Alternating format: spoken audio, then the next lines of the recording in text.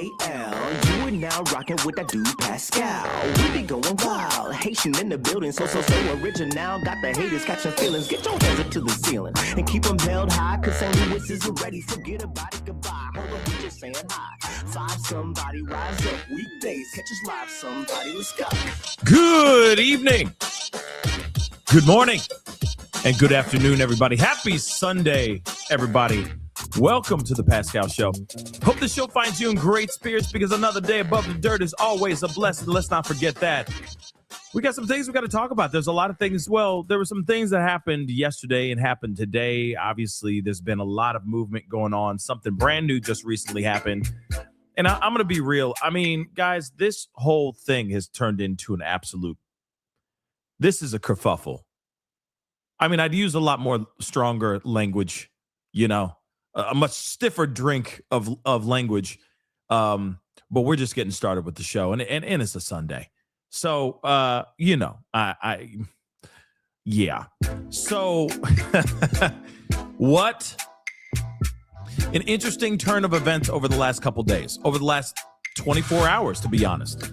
I was on with you guys yesterday morning, and then of course a lot of stuff. It's been ebbing and flowing. I feel like a lot of ebbs than flows. And then there's something that just recently happened a few hours ago where they found something else. We're going to talk about it. We got a lot to talk about, so let's get into it, okay? So do me a favor. Hit that like button down below. Crush the do. Hit that reaction button if you're watching on these other platforms. If you are watching on these other platforms like Facebook, X/Twitter, Instagram, TikTok, Rumble, Twitch, Kick, I'm on all of them. So make sure you hit that follow button. Follow. All right. Hit that subscribe button here on my YouTube channel. Go to my second channel, The Pascal Show Clips. Make sure you're subscribed over there too. Okay. Hit that notification bell. Set it to all so you know whenever I go live, whenever I upload, because honestly, it is random. It is be random though. Okay. That'd be greatly appreciated. Hit that join button down below. Okay. Become a member. Support the channel if you can. Check out my Patreon if you want to support even further. And of course, check out pascalmerch.com. Go check that out. pascalmerch.com. We got some really great stuff over there. Okay, guys. Happy Sunday. Yes. Happy Sunday to everyone. I know it's Sunday and it's almost over. And it's like, dang, the work week starts all over again tomorrow. Shoot, some of you guys are just, about to maybe get up, depending on what time you're watching this show.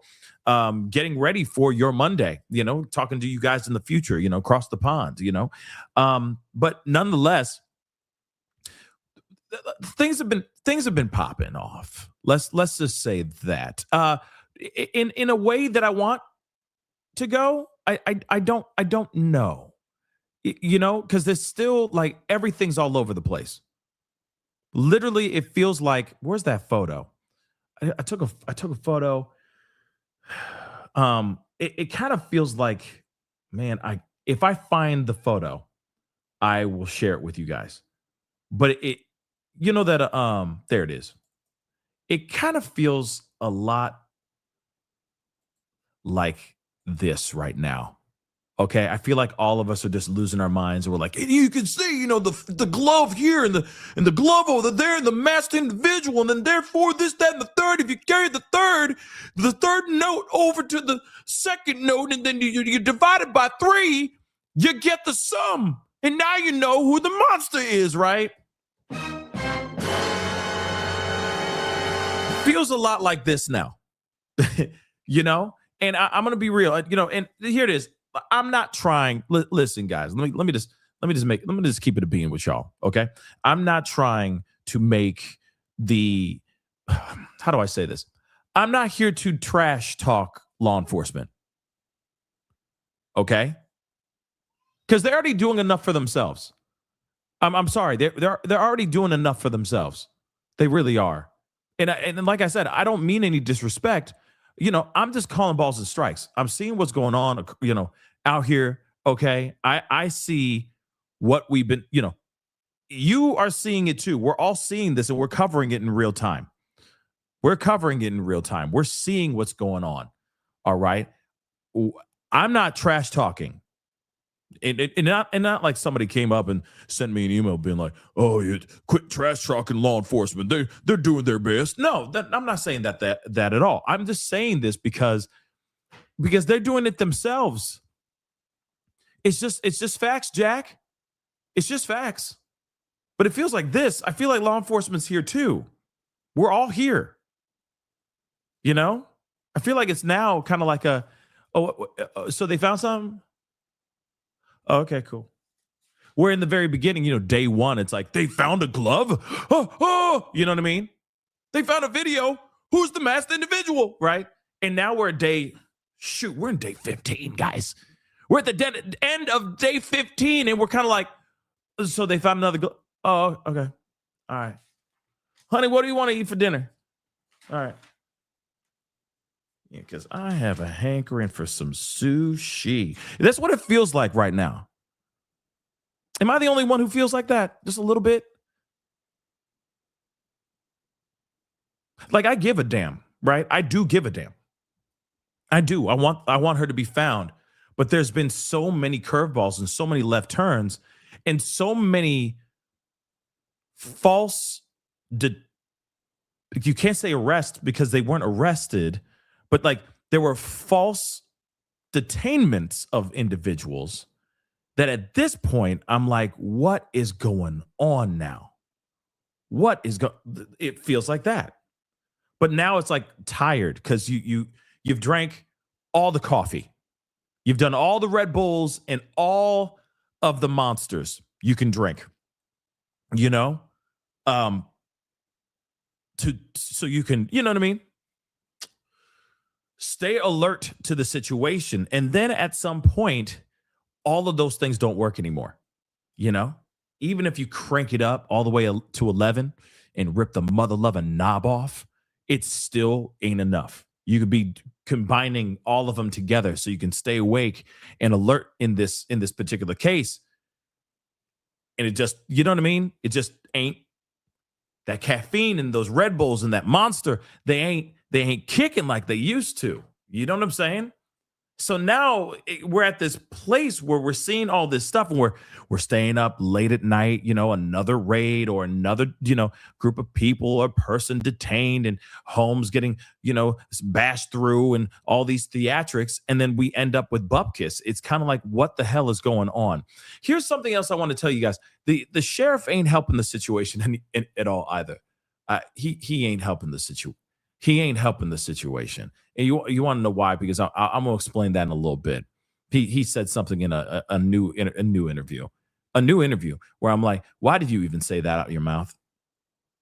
Why did you even say that out your damn mouth? That now I'm just, like I said, I think we're beyond this part, actually. We're beyond this part.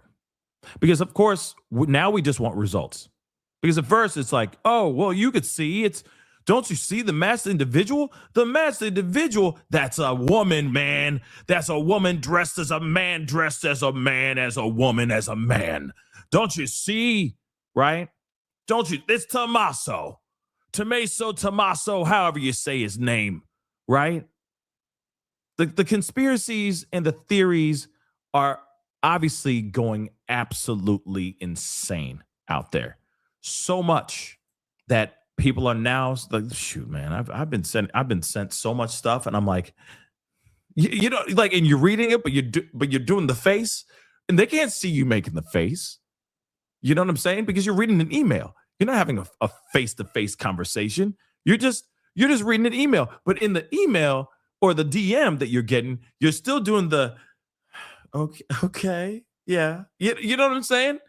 You know exactly what that look. But your face is fixed on it. You know what I'm saying?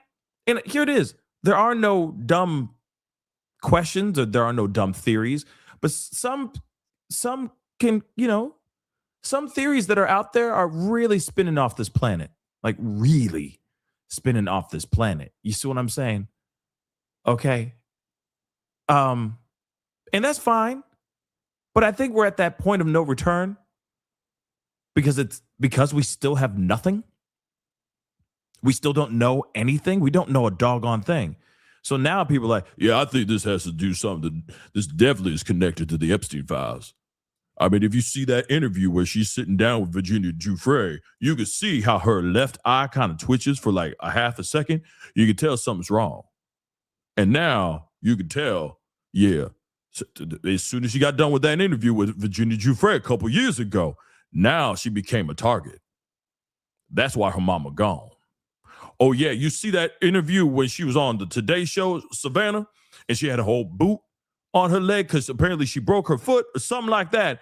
And she said, she was walking in some high heels and it hurt really bad or something like that. And now she's wearing that boot. Yeah, that's connected to the disappearance of her mama too. Mm-hmm. You didn't see that? She said some code words in there.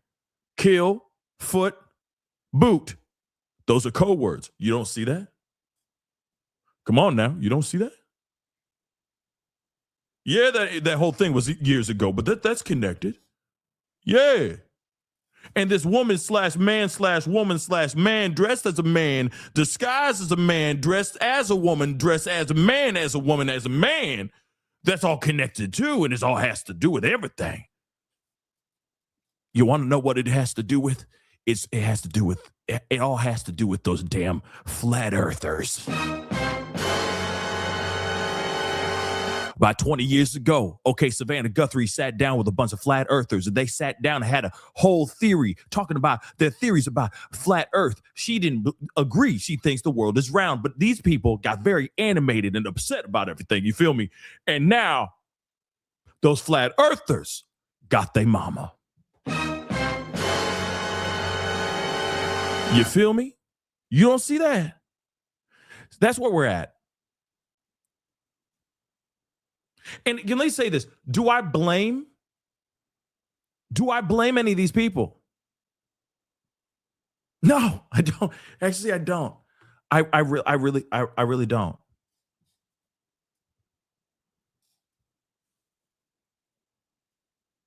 I don't blame them. Why? You may ask. Because I know all y'all are thinking, well, why don't you blame them? Why don't you blame him, Pascal? What? Why don't you blame him? Okay, the reason why I don't blame him is because we don't have anything.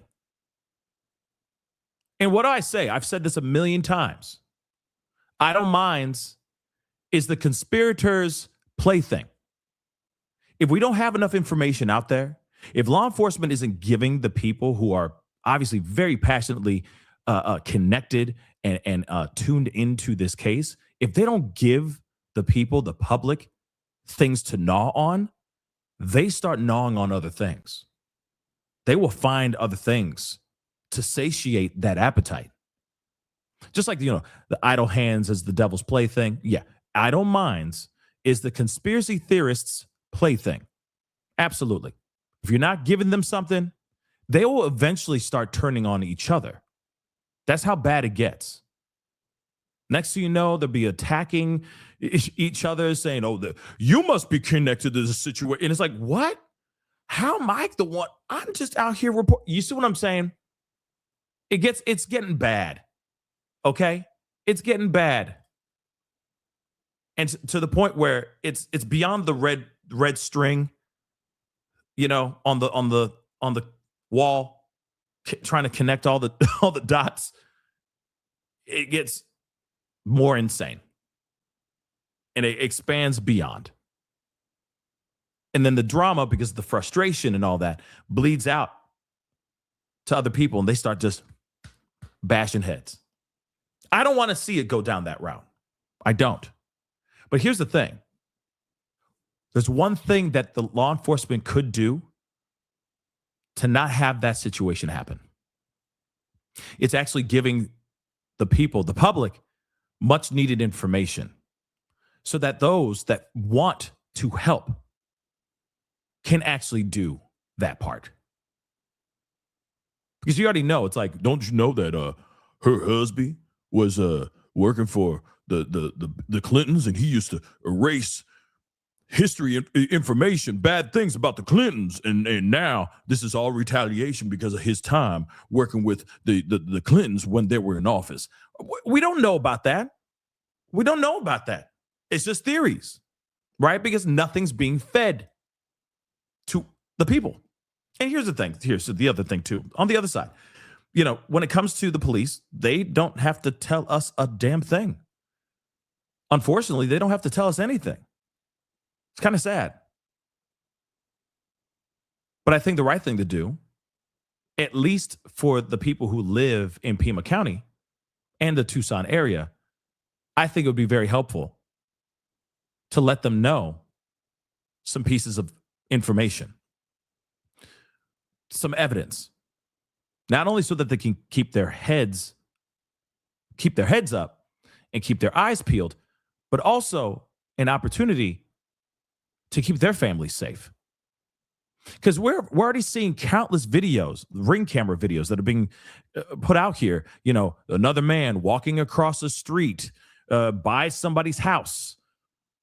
The next day after Nancy Guthrie's disappearance, 6 miles away from her home. There's apparently a lot of lurkers that walk around in those areas, which is crazy and scary. But at the same time, just to put the general public in the Tucson people at ease, it'd be nice if they said, we're looking for this kind of car. Not only just, here's a masked individual. Here are some other pieces of information that we have. So you guys can be rest assured that it's only one individual. Or if they have more information showing that there's multiple people that were involved in this crime, here are the other people. Here are the details that we have. This is all we're going to give you guys. Instead of walking everything back and gaslighting the general public. That's what should be happening. But that's not what's happening. That's not what's happening right now. Sad. So then we get back to this situation where everybody's flying off the handle, losing their doggone minds, thinking that they solved the case, which I understand everybody wants to solve the case because they care, right? But at the same time, hopefully, law enforcement will catch a clue. And I don't mean catch a clue. Well, I actually hope that metaphorically and literally speaking, they catch a clue. One, that they find that there's information that gets them closer to getting these bad guys, and of course finding Nancy, but then also them getting a clue on saying, hey, maybe putting out some information to the public would be a good thing. Just a thought. But we'll see what happens here. Okay. Now, couple things are popping off. Okay. One thing is for sure. There is, like I just did it in a short. Sorry, I was a little bit late today with some of these with that short, but it's been a busy morning, busy day. Busy yesterday as well. Hopefully, you guys all enjoyed your Valentine's Day. Hopefully, it was enjoyable and you were around people that you love. Okay, but nonetheless, they are now saying that the glove that they found, because there was multiple gloves that they found, like 16 gloves to be exact, 16 gloves that they found, which is insane. But they're now saying that one of those gloves they tested, they found out that one could be connected to this masked assailant, because apparently that glove is the exact same glove that this guy is wearing in this footage. Now, let me repeat this. We've already heard this a million times. The gloves that he was wearing are gloves that a lot of people buy. So just because this glove is, just because he's wearing the same type of glove does not automatically mean, okay, it does not automatically mean that is the guy. It could just be another guy. Could be an innocent dude. Somebody just working, maybe just accidentally left behind a glove, right? Or sitting on his truck, didn't know it was loosely sitting on his truck and flew out of his truck bed while he was driving. There's so many different possibilities. But what's insane is what we're hearing now, what we heard earlier, and I got to show this to you from Brian Enton, which is insane. We got to take a look at this. This is from him, okay? So he says, and this is not new anymore, because this was early this morning that he said this. New from the FBI. The gloves found approximately 2 miles from Guthrie's residence in a field near the side of the road were packaged up by the PCOS and sent overnight on the 12th, okay? And then they arrived at a private lab in Florida per the sheriff's request. Instead of it going to Quantico, it went to a private lab that the sheriff Nanos wanted to have sent to, right? And that was sent over there the day before yesterday on the 13th, okay? So the FBI received preliminary results yesterday on Valentine's Day and are awaiting quality control and official confirmation today before putting unknown male profile into CODIS or CODIS, which is the national database unique to the Bureau. So what they're about to do now, okay, is that the DNA that they received, they're going to be putting that into a national database to see if that is a match to any of the people that they have in their database. Okay, anybody who's been a criminal, anything of that sort, they may be able to find him through the DNA, right? So this process typically takes about 24 hours from when the Bureau receives the DNA. So we'll see how long. Maybe by first things first. First news tomorrow. By daybreak tomorrow, there might be a new update on that whole situation, and maybe there is a match. We'll see what happens. But I don't think that they're going to instantly say out there, "We have a match, everybody." No, they're just going to suit up their SWAT and go out to the area and get the mother lover. You see what I'm saying? But moving on, investigators collected approximately 16 gloves, 16 mother loving gloves in various areas. And they're all different types of gloves. It's not all black gloves, guys. These are all like different workman gloves to latex gloves to everything. Just all different types of gloves. Okay? Insane. So, they found 16 gloves in various areas near the house. Most of them were searchers' gloves that they discarded in various areas when they searched the vicinity. So remember when I said, hey, this doesn't make any earthly sense. You mean to tell me this dude, like these people, 16 individuals just went, my work here is done. And they just threw the gloves. They just threw them.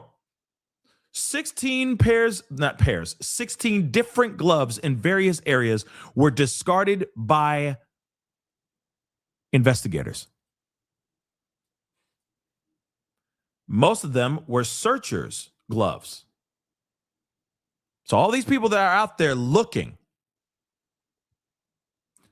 instead of them keeping things clean, and what about this environment? What about giving a damn about this environment? Right? This is where's the Native American with the tear going down his face? That commercial, right? Yeah, litter bugs. Literal litter bugs. Who cares? What? So all these people are going, "Oh my God, we found another glove. Oh my God, we found another glove." Yeah, that be their own people discarding those gloves in the shrubbery. Like,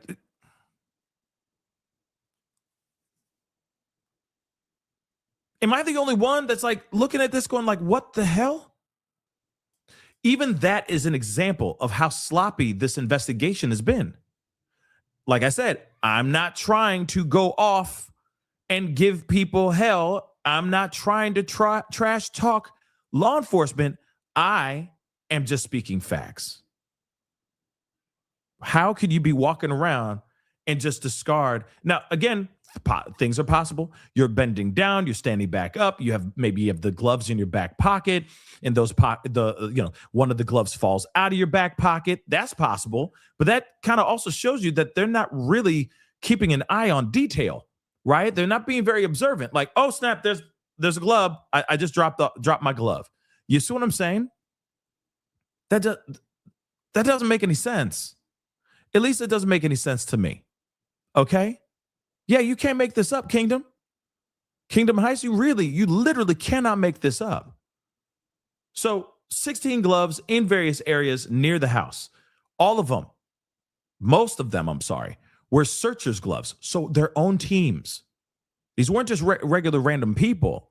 These are investigators and people, tied to or working in law enforcement that were out there trying to find Nancy or any clues to getting them close to finding Nancy, were discarding their gloves in the vicinity. So the one with the DNA profile, let's go back to this real quick. The one with the DNA profile recovered is different and appears to match the gloves of the suspect or the subject, in the surveillance video. The FBI has and will continue to provide assistance on whatever timeline is provided to us. So they got the DNA, they put it in the CODIS, this CODIS database. They're going to see if that DNA matches any of the names in the database, and if there is a match, then they will swoop down and they will get this mother lover, hopefully as quickly as bloody possible.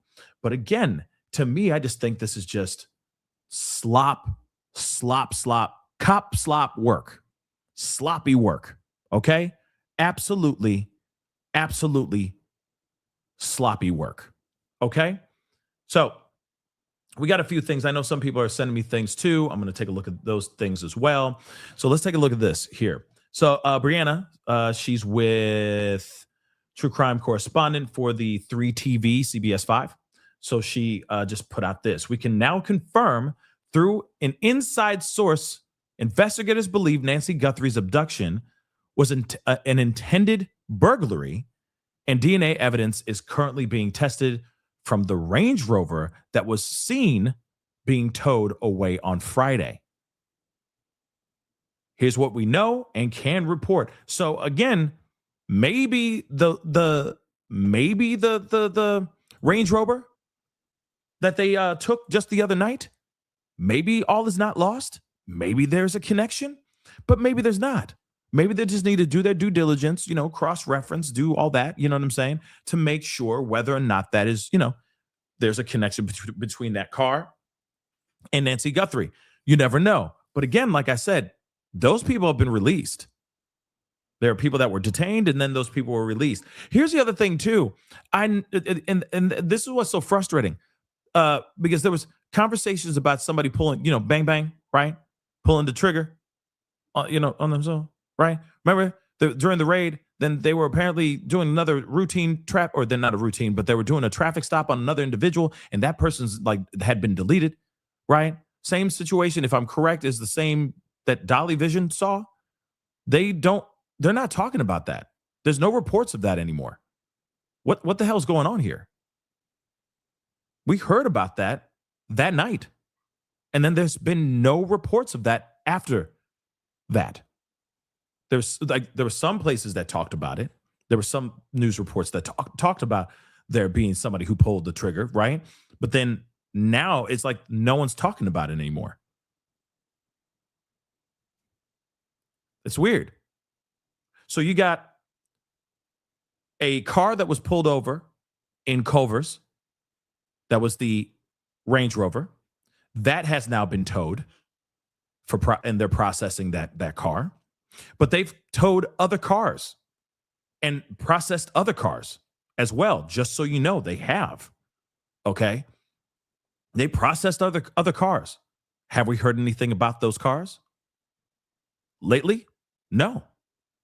And they may have been released. Those other cars may have been released back to the owners. You never know, right? So again, this is very, very interesting, right? Oh, he did? Okay, cool. Thank you, Whit James. Dolly went live and corrected it last night that it was a car accident and not related. Thank you. I appreciate that, which is weird because there was a whole story about somebody going bang, bang, right? So I guess that one he was not there at that particular one. He was at a car accident. Good to know. Thank you. But like I said, there's been so much misinformation flying out the gates lately, right? So let's take a look at what Brianna had to say here. Hi guys, we are now able to independently confirm some new information in the Nancy Guthrie investigation. This is from an inside source that is now reportable. I want to take you through the new information we've learned. We can now report investigators now believe this was a burglary gone wrong. We've interviewed multiple experts since this began who also said, based on the evidence, the surveillance video, and other aspects of this case, that they also believed this was not an intended kidnapping. As for Friday night's operations, law enforcement activity, we can now report from our inside source that DNA evidence is currently being tested that was found from that Range Rover at the scene outside Culver's. You could see when investigators were there, they put up a tarp that they were doing some sort of investigative work there. And last, but probably most important, the widespread belief by investigators tonight is that Nancy Guthrie could be alive. We'll keep. Okay. Let me just say this. Yes, they are going to they're going to say that she is alive, right? And I hope she is. I'm going to be real. I really do hope she is. But it's been 15 days. Didn't they say the first 48 hours? I mean, obviously, first 48 hours in any kidnapping case is crucial. Okay, obviously, it's very crucial. But it's been 15 days. And she ain't got her medicine that we know of. What are they just giving her a whole bunch of beet juice and just hoping for a miracle? Hoping and praying for a miracle? I'm just saying. Unless, the person has blood pressure medicine and blood thinners and all that at home, over at their wherever they're holding her up at. You see what I'm saying? Like, it's 15 days. And she ain't got not one pill with her. And you also got to remember this is a highly stressful and traumatic situation for her. You don't think that she would need the medicine even more now than ever? So again, like, I'm not trying to be, I'm not trying to be negative. I'm not saying that there isn't a will and a way. And she's, from my understanding, sharp as a tack, very resilient, very healthy for the most part. But 15 days without her medicine, no issues, no complications whatsoever from the time that she was taken to today. I'd be like, yo, then she don't need any of her prescriptions then. What she need that for? She doing just fine without that stuff. You feel me? If she's still alive and breathing 15 days later, sans prescription medicine. I'm just saying. Seems weird. You up to date as we learn more. We are working on many things behind the scenes, but again, tonight, big updates. They believe this was a burglary gone wrong. DNA evidence is being tested from the Range Rover, and the widespread belief by investigators is that Nancy Guthrie could be alive. Stick with us. We'll bring you the very. Okay, so let me ask you guys this. Do you think, and I hate to even ask this, okay? But do you think she's still alive?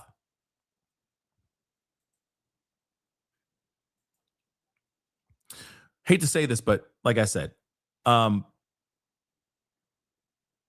hit the number 1 if you think she's still alive. Thank you, beautiful. Thank you, Messi. I appreciate it. I'm going to take a look at that here in a second. Just hit the number 1 if you think she's still alive. Number 2 if you don't think she's alive. How's that? 1 for yes, 2 for no. Presione dos. Para el español, marquere dos. If you think she's not here, 2. You think she's alive? 1. Just, I want to see something. 15 days. Yeah, I don't know if I want to do a poll on that so much. I know everyone's like, you could just do a poll. No, I'm just going to do 1 or 2 in the chat. Talk to me. We got something else here. Thank you so much, Bessie, for sending this to me. So Sheriff Nanos responds to me about the local Phoenix News report that cites an inside source who says investigators believe that Guthrie's case was a burglary gone bad and that Nancy Guthrie is still alive. He says, did not come from us. No idea. And even though that is one of many possibilities, we would never speculate such a thing. We will let the evidence take us to motive. So who the hell is out here going, inside source that said, like, well, we'd heard that reporter say it, but who's the source actually going up to people and be like, okay, so just so you know, it was a burglary gone wrong. Just so you know. Okay, just so you know. Between you and me. Burglary gone wrong. Okay? Yeah. Talk to you soon. That doesn't make sense. Again, see the problem? See what the problem is. Y'all see the problem? There's so much information and there's so many inside sources that are saying like a little bird told me that and then later we find out from the sheriff or somebody else pushing back being like, no, never said that. We didn't say that. Who the hell told you that? No, baby, no. You see what I'm saying? So again, like, this is a problem. We just saw a video just 2 seconds ago. Y'all saw with your own two peepers where where we just heard a reporter say, yeah, this was a burglary gone wrong. They're processing the Range Rover for DNA. And they still believe that she's still alive. And Sheriff Nanos is like Thanos. And he is snapping his fingers, obliterating that piece of information. Said, that didn't come from us. So I don't know what you guys are talking about. No idea. And even though that is one of the many possibilities, we would never speculate such a thing. We will let the evidence take us to motive. We don't know. Doesn't seem like a burglary gone wrong. To me, it doesn't. That's not the vibe I'm getting. The vibe I'm getting is it looks targeted, baby, by a dumbass. Yeah, that's what I think. Because why would he go to that house of all places? Why that house? There's so many other houses on the street as well. Why that house of all houses? Make it make sense. I still think it's targeted. Now, it could be targeted for a burglary. Sure. But why would he have a weapon with him?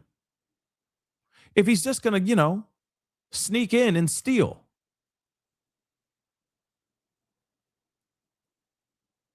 But, I mean, you see what I'm saying? Something about it just doesn't seem, the math ain't mathin' for me. Messy, thank you so much for sending me this. But you know what I mean? The math ain't mathin' for me, y'all. It just ain't.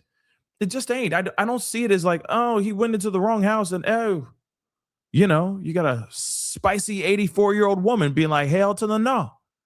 She gave him the two-piece. Pop, pop. You know what I mean? I'm sure she put up a fight.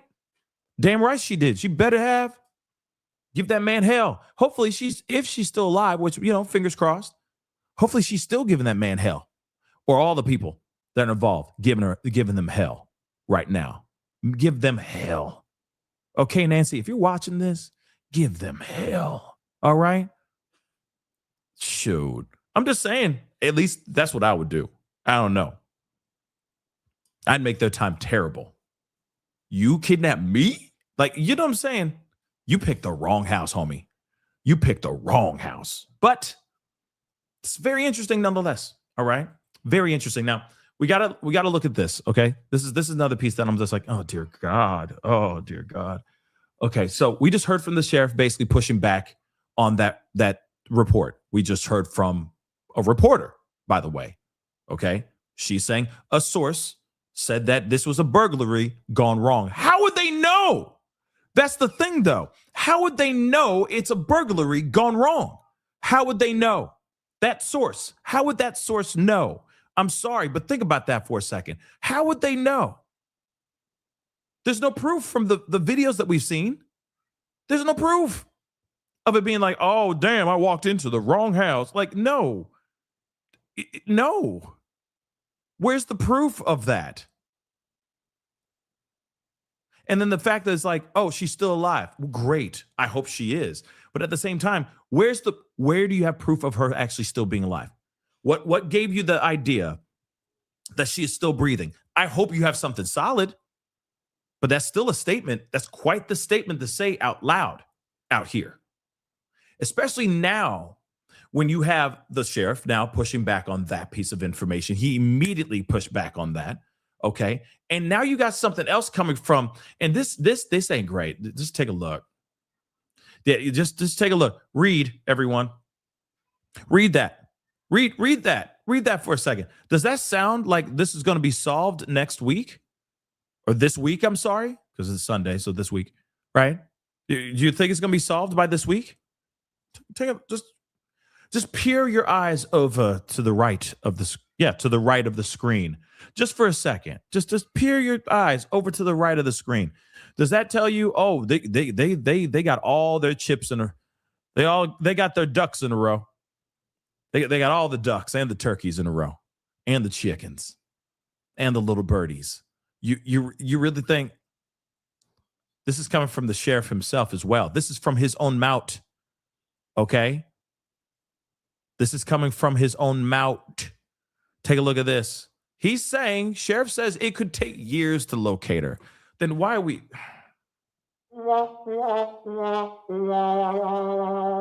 Years? Okay? Take a look at this. So Nancy Guthrie could be found 1 hour from now.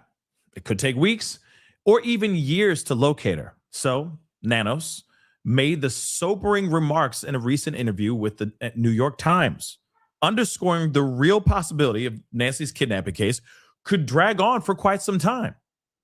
And I feel like this pose is him, you know?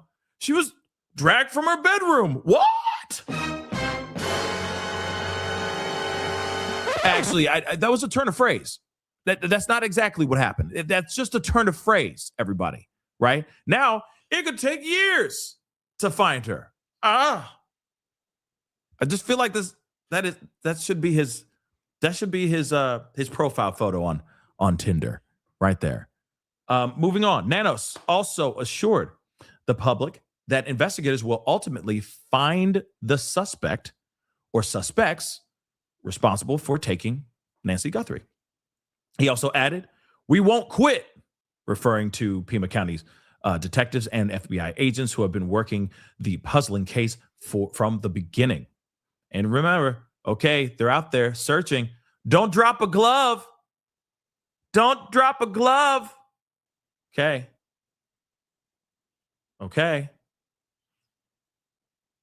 Last week, the FBI released footage of the doorbell camera footage, which we already know, showing this alleged kidnapper, which, lurking around the front door of Nancy's house. The prowler was wearing a mask and gloves with a holstered gun around his waist. Several news outlets, including TMZ, have received purported ransom letters demanding money for the return of Nancy. Nancy's daughter, which we already know who she is, Savannah Guthrie, we already know about this whole thing. All right. And of course, they've been doing everything they can to find these bad guys, and they keep on falling short, which is wild. Authorities have detained several people for questioning, but later released them. No suspects have been identified in the case so far. And I already said this, kind of like this little pep talk, win this one for the Gipper talk, but I got to say it again. How is this the perfect crime? How did this become the perfect crime? Like, this guy clearly is not a pro. And I feel like he had all of these things working for him, all of these other elements working for him, not against him, but for him. And yet he is, I just feel like, I don't know what the hell's going on, guys. I just don't know what the hell's going on. Like, how can this dumbass of a criminal, okay, be winning right now? And I don't mean that in the greatest way possible, but I'm going to say it again. How is this piece of trash, butthole of a criminal, the lowest of the low, lower and lesser than dog water, okay? How is this guy winning right now? He's out there just laughing his butt off right now. Okay? This guy's probably, or these guys are probably laughing their butts off right now, watching all these live streams, watching the news, just sitting there scratching their heads while the police are just sitting there fumbling the ball in real time in front of the whole world. And, you know, most importantly, you have a family, the Guthrie kids, that are just freaking out over the situation because they don't have any answers. Everybody's lost. And he's saying it could take days, it could be hours, it could be weeks. It could be hours, it could be days, it could be weeks, it could be years before we find her. How is this? How can this monster bamboozle law enforcement in this way? How is this even possible? How is this even possible? This is a random burglary? I think not, y'all. I really think not. But hey, I've been wrong a million times in my life. I'm okay with being wrong with this. If they can figure this out quickly and soon, I will be happy as hell. I don't know about you guys, but I'll be really happy because at the end of the day, we have to trust that they are. We have to trust that our law enforcement knows what the hell they're doing and that they're not going to make this kind of mistake, right? These are absolute massive, massive, massive screw ups going on in real time, guys. Massive. And there are things that are working against them for sure. No lights, there's no street lights, no lights or anything of that sort. Okay? Like that doesn't make sense. That doesn't make sense. Now I get that they have certain, things that they have to be able to see the sky, the stars and the sunset. And I'm sure it's beautiful. I'm sure it's a beautiful sight. But at the same time, as far as protecting people, okay, and keeping people safe, all of those things are working in the favor of this butthole of a kidnapper. Just doesn't make sense. Now, I want to share this, okay? Because, of course, hold on. Dang, man. Because first off, there has been something else that just happened. And it could be nothing, guys. It could literally be a nothing burger, but it could also be something. Okay, so it's been, this is earlier, okay? So just so you know. All right. Because everybody's been talking about gloves. There's been a lot of gloves talked about. OK, it's been at least 20 minutes since a lady on the trail called 911 and the dispatcher told her that they had received multiple calls on the glove found in a wash. OK, so apparently there is new gloves being found. OK. Now new gloves have been found, or at least a glove has been found in an area. Now it's being depicted on all kinds of different platforms. And of course, they're showing this on all kinds of different platforms. So I just think this is very interesting. Hold on. Give me 2 seconds because I want to grab a few things. This is from JLR was also out there showing this as well. Let's take a look. I'm going to skip ahead a little bit.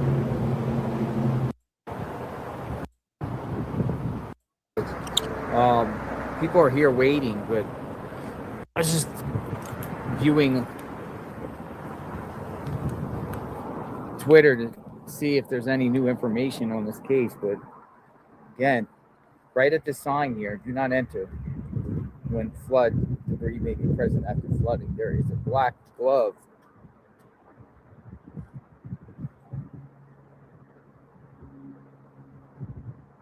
right there below. Yo, let me just make this as this rolls. Let me just make this abundantly clear. They found a glove on the beach, or like in this sanded area, not the beach, but some sanded area. Okay. Do you realize that there are gloves everywhere? Right? Like it could be connected. Like it literally could be connected, but it also may not be connected. You see what I'm saying? This could be connected. It may not be connected. This may be nothing. There's a like FBI over there.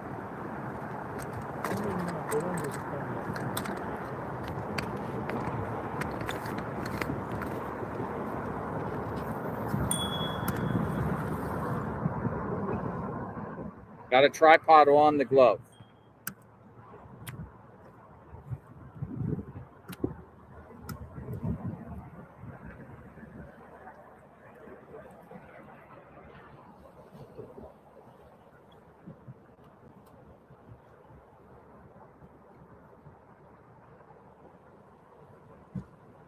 What do you think?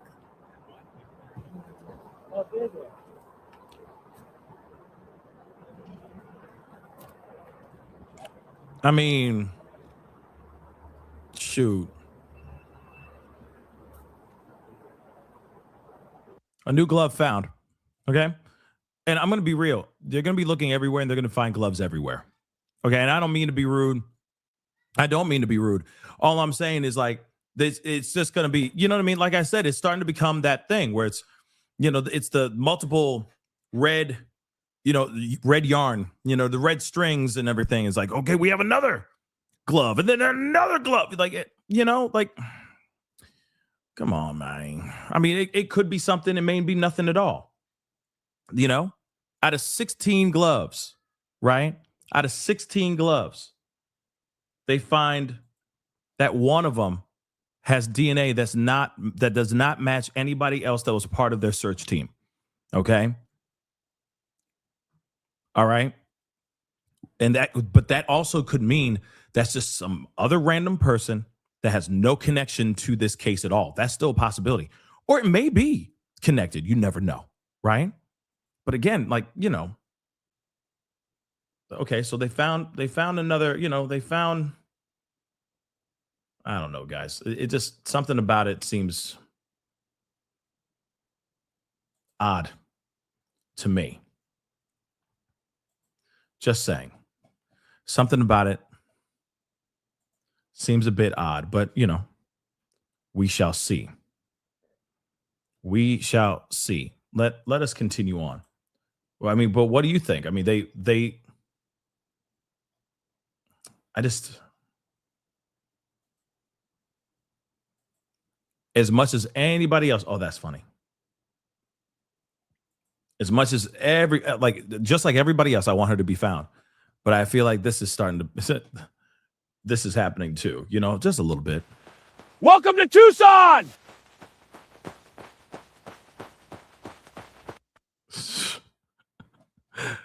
Yeah, I'm kind of getting that vibe right now. Just a little bit, you know, just stuff, just gloves randomly being thrown everywhere, found everywhere. And like I said, don't get it twisted. You know, there could be a connection, but it may not be connected at all whatsoever. Let's take a look at this. And talk about, we're going to be joined now by former FBI special agent and former Navy SEAL Jonathan Gilliam. We want to bring you into this breaking news coverage and talk about the significance. I mean, this is something that we've been waiting for, at least some type of a clue. Because listen, Jonathan, when we first saw that glove on the side of the road, you almost had to think, sure, it looks like it, but could somebody be that careless if they committed such a horrific crime? And I guess it's possible, right? Sure is. And listen, this is, I'm just now hearing this. So I think that is a huge step forward because right now, as you've seen over the past couple of days, they are largely acting on tips that are coming in. And so they get these emergency warrants and they're able to go do, you know, I wouldn't say aggressive searches, but they're thinking that there's a possibility that Nancy may be there that as a hostage. And so they have to act very quickly and then release these people when they don't find something. So it looks to the public like this is ridiculous, but that's the way these things work. And so this is solid evidence. This plus the video footage that we have now is you're going to see this case. I'm going to predict that this case is going to start breaking very quickly.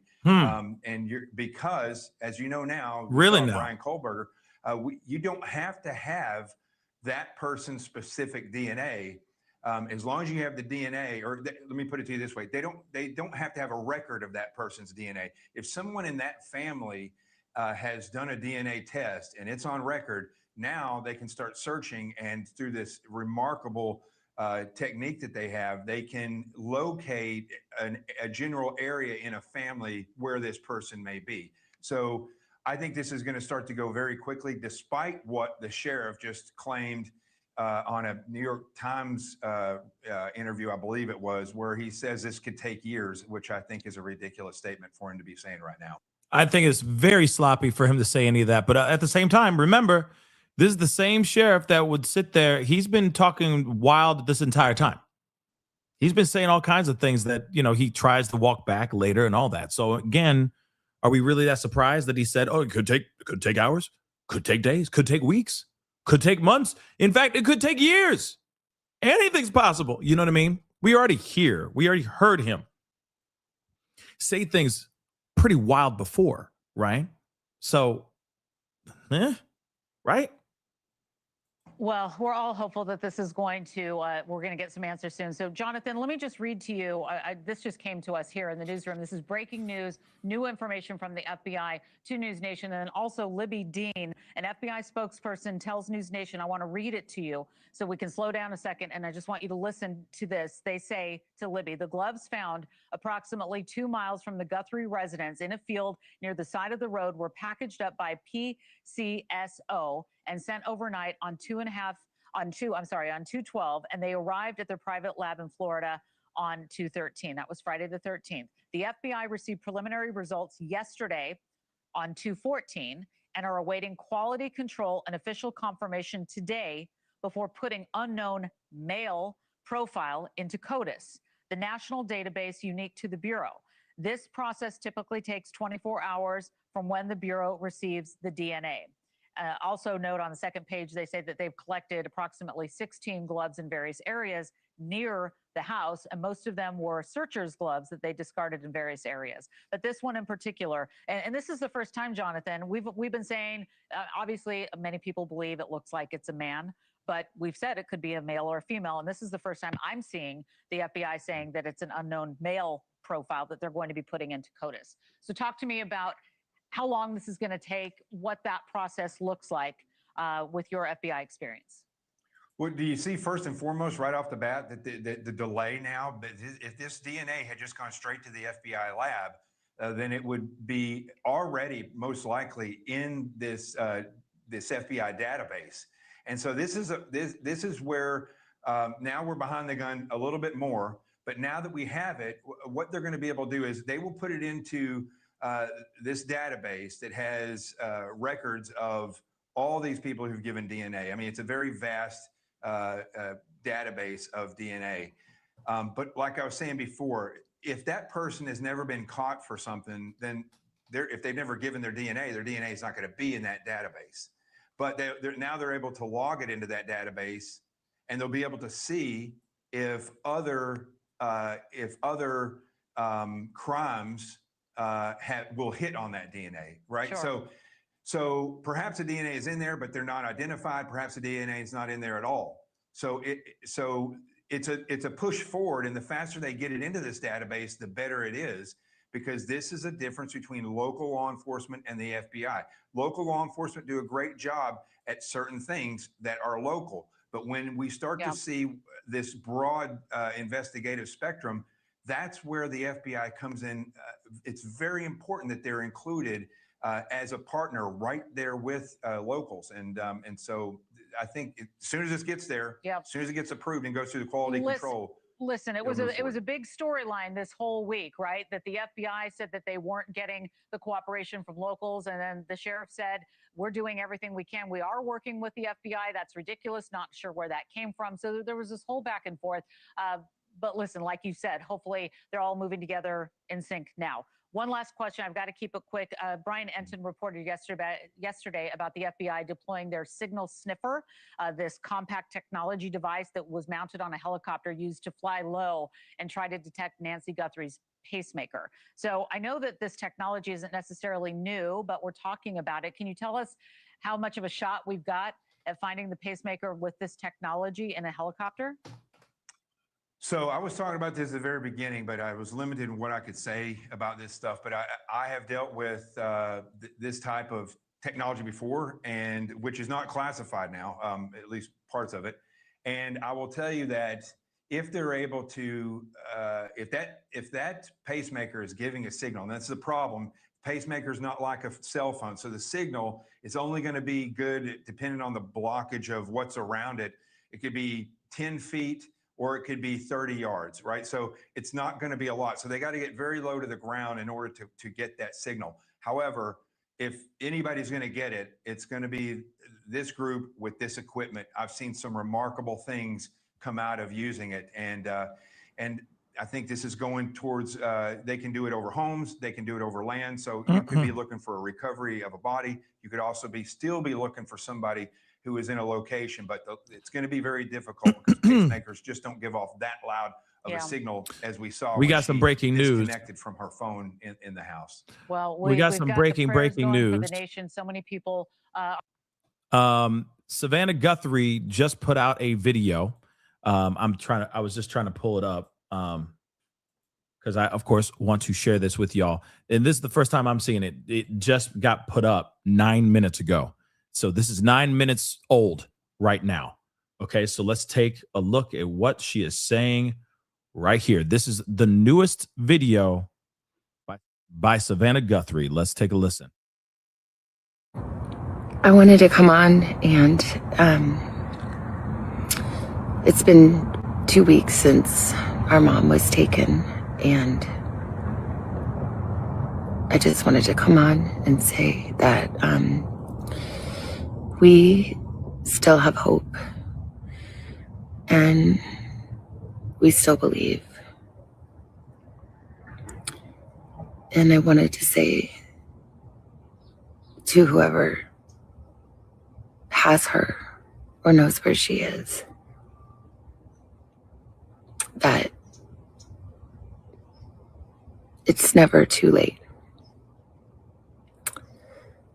And you're not lost or alone. And it is never too late to do the right thing. And we are here. And we believe. And we believe in the essential goodness of every human being. And it's never too late.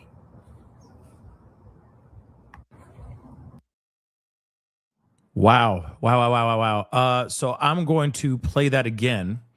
Okay. Let me just play that one more time. So that, for those of y'all who are just seeing this, this is really sad because, you could tell she's tore up, and exhausted. Look how exhausted she is.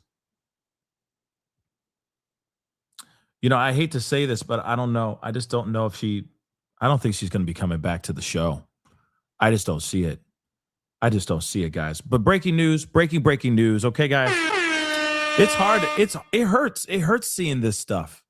It really hurts seeing this stuff because, we all want, it's almost like we feel like it's, it's like our mama. You know what I mean? It's our mama. It's our gam. It's our grandma or something like that that's out there. We all feel connected, emotionally connected to this situation. So it's just hard to see someone that you've seen on TV and she's usually a certain way, and now you're seeing her a completely different way. It's really hard to see stuff like this. It really, really hurts. But here it is, guys. Breaking news. Again, she just came out with this video. Let's take a look at it one more again, okay? Because I just want you guys to see it for what it's worth. So let's take a look. I wanted to come on, and it's been 2 weeks since our mom was taken, and I just wanted to come on and say that we still have hope, and we still believe. And I wanted to say to whoever has her or knows where she is, that it's never too late. And you're not lost or alone. And it is never too late to do the right thing. And we are here. We believe. And we believe in the essential goodness of every human being. And it's never too late. Man, this is that's tough. It's tough. It's tough. It's tough. Because you know for a fact that a lot of people that are watching this, that are watching not this show. I mean, you guys are watching. I appreciate y'all. But I'm saying that are watching this and that are watching this case unfold in real time. But then there's also a lot of people that are actually the bad guys that are watching this whole thing unfold online, on TV, etc. So yeah, again, it's just her trying so hard to try to level with whoever has her mom, to just be like, hey, just do the right thing and just let her go. Just bring her home. Do the right thing. It's never too late to make the right choice. Yes, there was a bad choice that happened. Mistakes were made, but there's still an opportunity to turn it all the way around, right? This is desperate. And I don't mean that in a bad way. I mean that in a way of she is desperately trying to reach out to this abductor and basically say, please, just bring her home. It's almost like we'll forget everything. We'll forget whatever happened. We'll let bygones be bygones, right? Just bring her home, right? This is so sad. This is so sad. I didn't expect that. That's a really tough one, guys. That's a really, really tough one.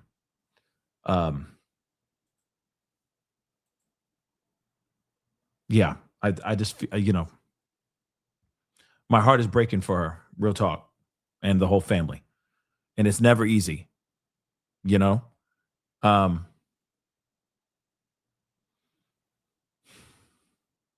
it's never too easy. I've been praying really hard for them, big time, Yeah.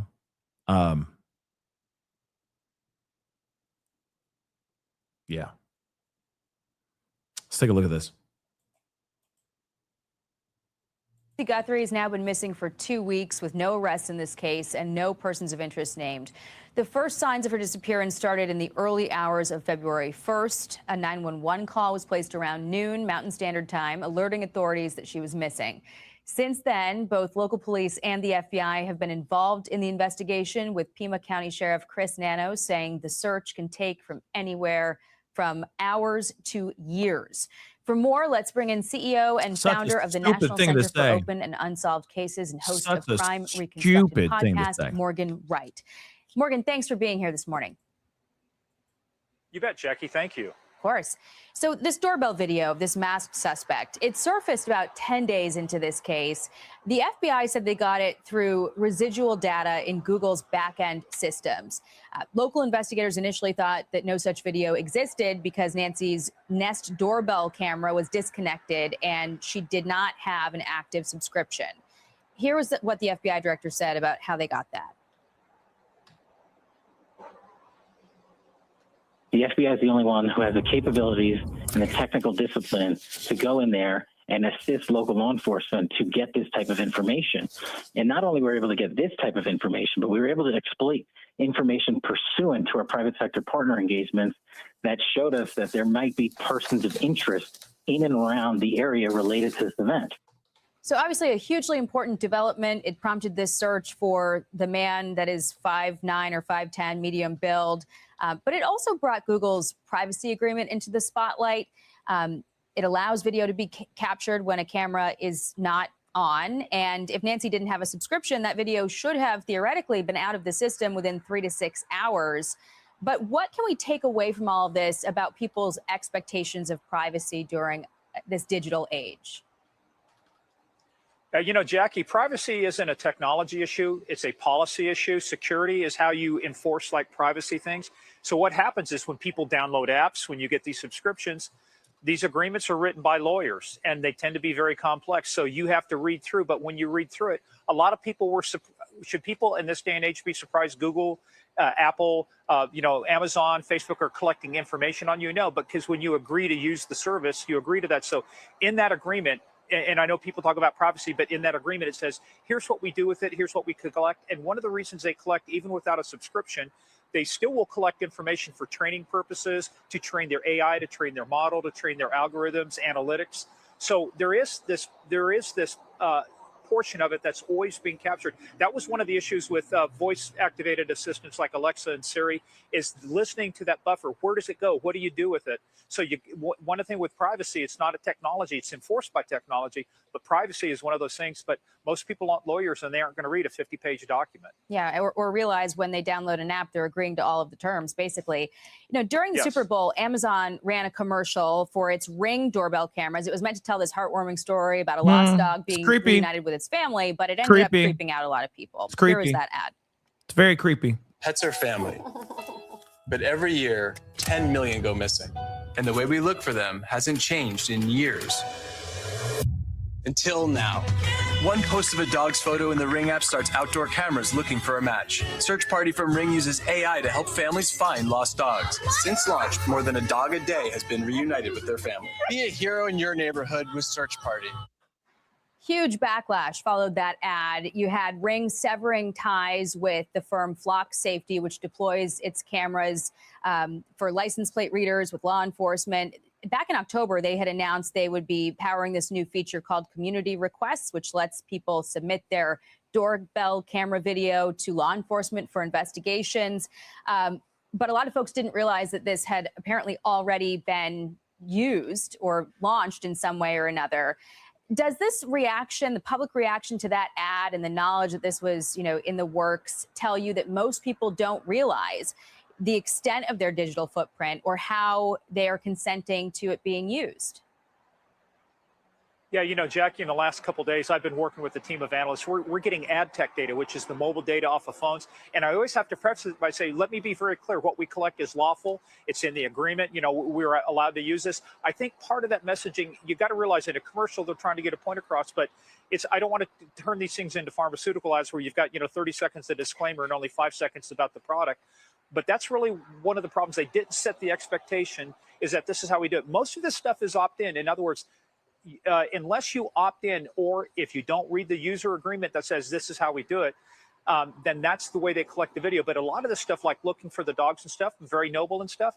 But I think they had to make sure people say, this is what we do with your stuff up front. We only use it when you turn it on. We only use it when you say we can use it.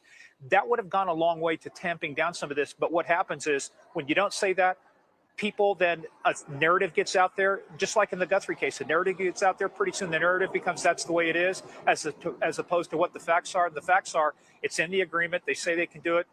But in reality, most people, like say, I'm not a lawyer. I read some of this stuff, and sometimes I have to put it into Grok or ChatGPT and says, give me the too long didn't read version. What does this mean? Am I giving away any privacy rights? Yeah, it's a double-edged sword for sure. And in this case has generated really the only lead in this case. So you can certainly see how it can be helpful, but also kind of make people wonder about what their cameras are doing without their knowledge. All right, Morgan Wright, thank you so much. Appreciate your time.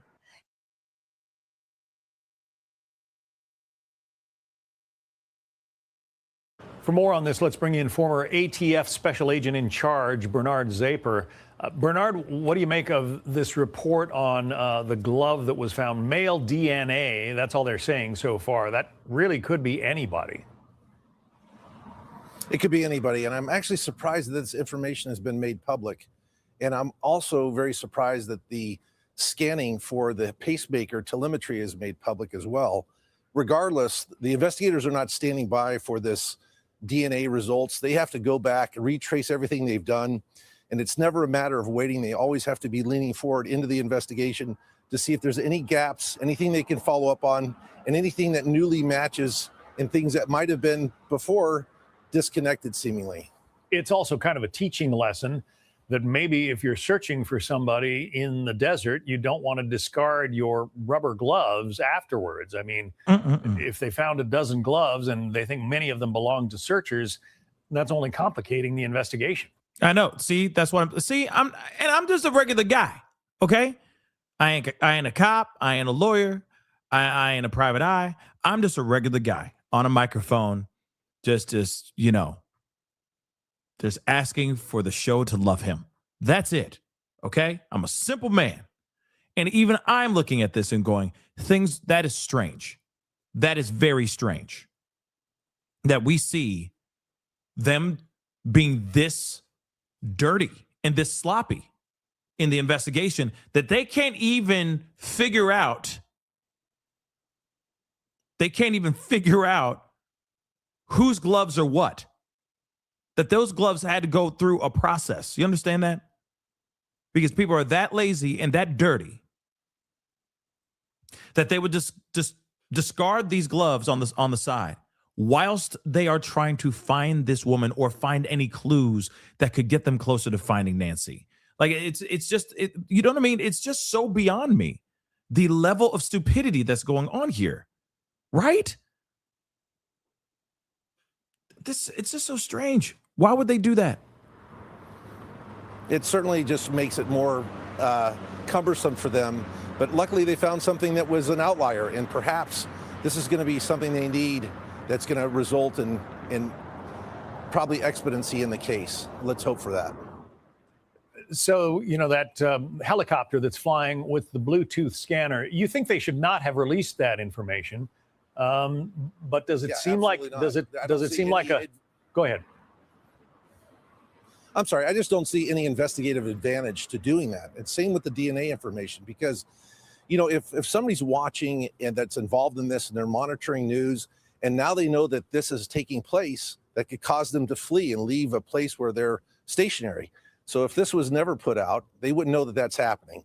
And so if they did happen to pick up something, telemetry from medical device, then they have something to act on. And so, it's not investigatively or tactically advantageous to let the adversary, in this case, whoever abducted or is responsible for the harm to Miss Guthrie, to have that information. I just do not see any purpose to it whatsoever.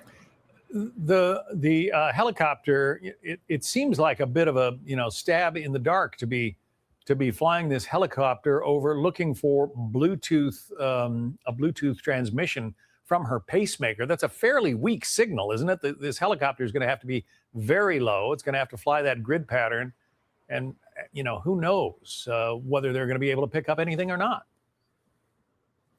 I'm confident that the investigative team have spoken to the manufacturer of that device, and they're aware of its capabilities and limitations, so they feel that this is a worthwhile investment of time to do it. Here's what Morgan Wright had to say. He knows a thing or two about Bluetooth and electronics. Listen to this. A helicopter creates a lot of interference, sometimes electromagnetic interference, but that's why they're flying low to the ground. So the reason you fly low to the ground is that's low power Bluetooth. But if we know, and I'm sure this is why they're doing it, with that pacemaker, it has what's called a MAC address, a machine addressable, but that's the unique identifier for it. So worth trying, I guess, but you just think that they should not have let the information out there. Yeah, I mean, why give advantage to the adversaries? In this case, you have people that are actively trying to probably evade capture. And more importantly, you have a woman who is taken against her will in unknown health condition. And so they need to do everything to be circumspect about the case for them to have the maximum advantage of recovering her. You've done an awful lot of investigations. Does it surprise you that we're 3 weeks into this one and no solid leads yet, or so it would appear? I mean, if you thought at first that maybe this was a well-planned, well-organized abduction, that would be one thing. But the guy standing on the porch in that creepy video doesn't exactly seem like a top-tier criminal. There's a lot of investigative resources put at this, and I think they're making the best progress that they can. And although some parts of it seem simple, it's actually overly pretty complex to go from knowing nothing to getting to the point where they're probably at now. Secondly, it's very difficult to speculate when you're on this side of the investigative veil, because we don't know what's really happening and what the investigative team has. So I hear and see, from my opinion, that they're having progress, and we can hold hope that they're fully into this thing for a good outcome. Yeah, and I don't mean to criticize either. That's not my intention here, but when the sheriff says, well, it could be this investigation could take a few hours or it could take years, it doesn't exactly, kindle enthusiasm or kindle confidence in people. I'm sure the investigative team is ignoring all of that type of information or noise, and they're concentrating on the facts at hand and the things that are leading them to give more information that they can act on, because that's what they're really hungry for. They want stuff that's timely, that all of a sudden it bounces off of another piece of information that may have seemed disparate at the time, and then they have something to act on. And so whatever's going on politically in the media or noise or speculation that's happening in the national attention on this, I'm confident the investigative team is hyper focused on finding her. All right. Well, let's hope they do. I mean, yeah, I'm hopeful, but there is so much like the sniffer signal thing that they're now doing. They're now doing that now. I mean, a lot of things I'm curious as to, like, why would they do it now? Why weren't they doing this before? Why did it take them so long to do this before? You see what I'm saying? Like, there's just certain things that I'm just like, that it just aggravates the hell out of me, that a lot of things are being done after the fact, when these things should have been utilized or used right when she went missing in the first doggone place, right? Or am I the only one who feels that type of way about this, right? Now, here's the other thing too, because I want to play the video again, because I know a lot of y'all are like, hey, she did a video, but I want to play that video one more again so you guys can see it for yourselves, just one last time. She did make a video. She did post a video, Savannah Guthrie, basically begging the kidnappers to do the right thing. She basically said it's never too late. She literally said that in her caption. She said, bring her home. It's never too late to do the right thing. And I'm curious, is this going to inspire this kidnapper to just basically go like, you know what, we got to let her go.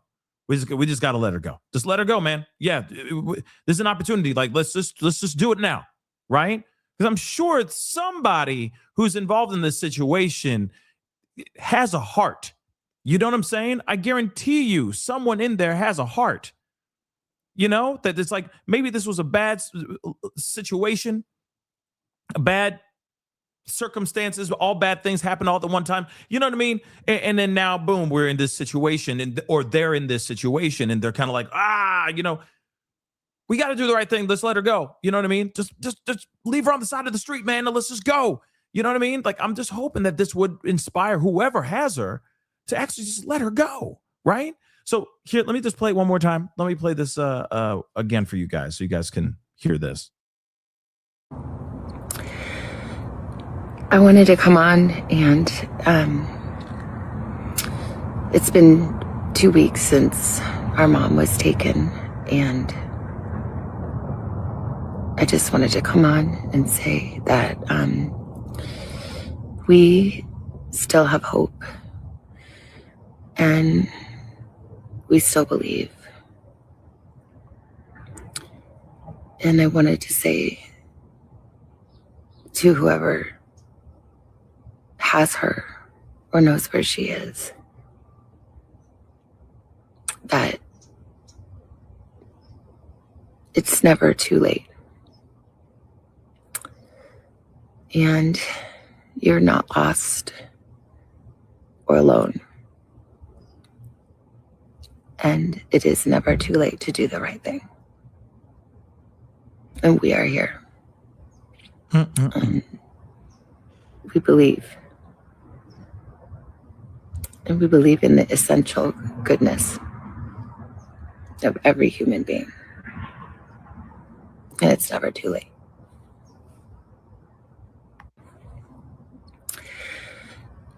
I wanted to come on, and it's been 2 weeks since our mom was taken, and I just wanted to come on and say that we still have hope, and we still believe. And I wanted to say to whoever has her or knows where she is, that it's never too late. And you're not lost or alone.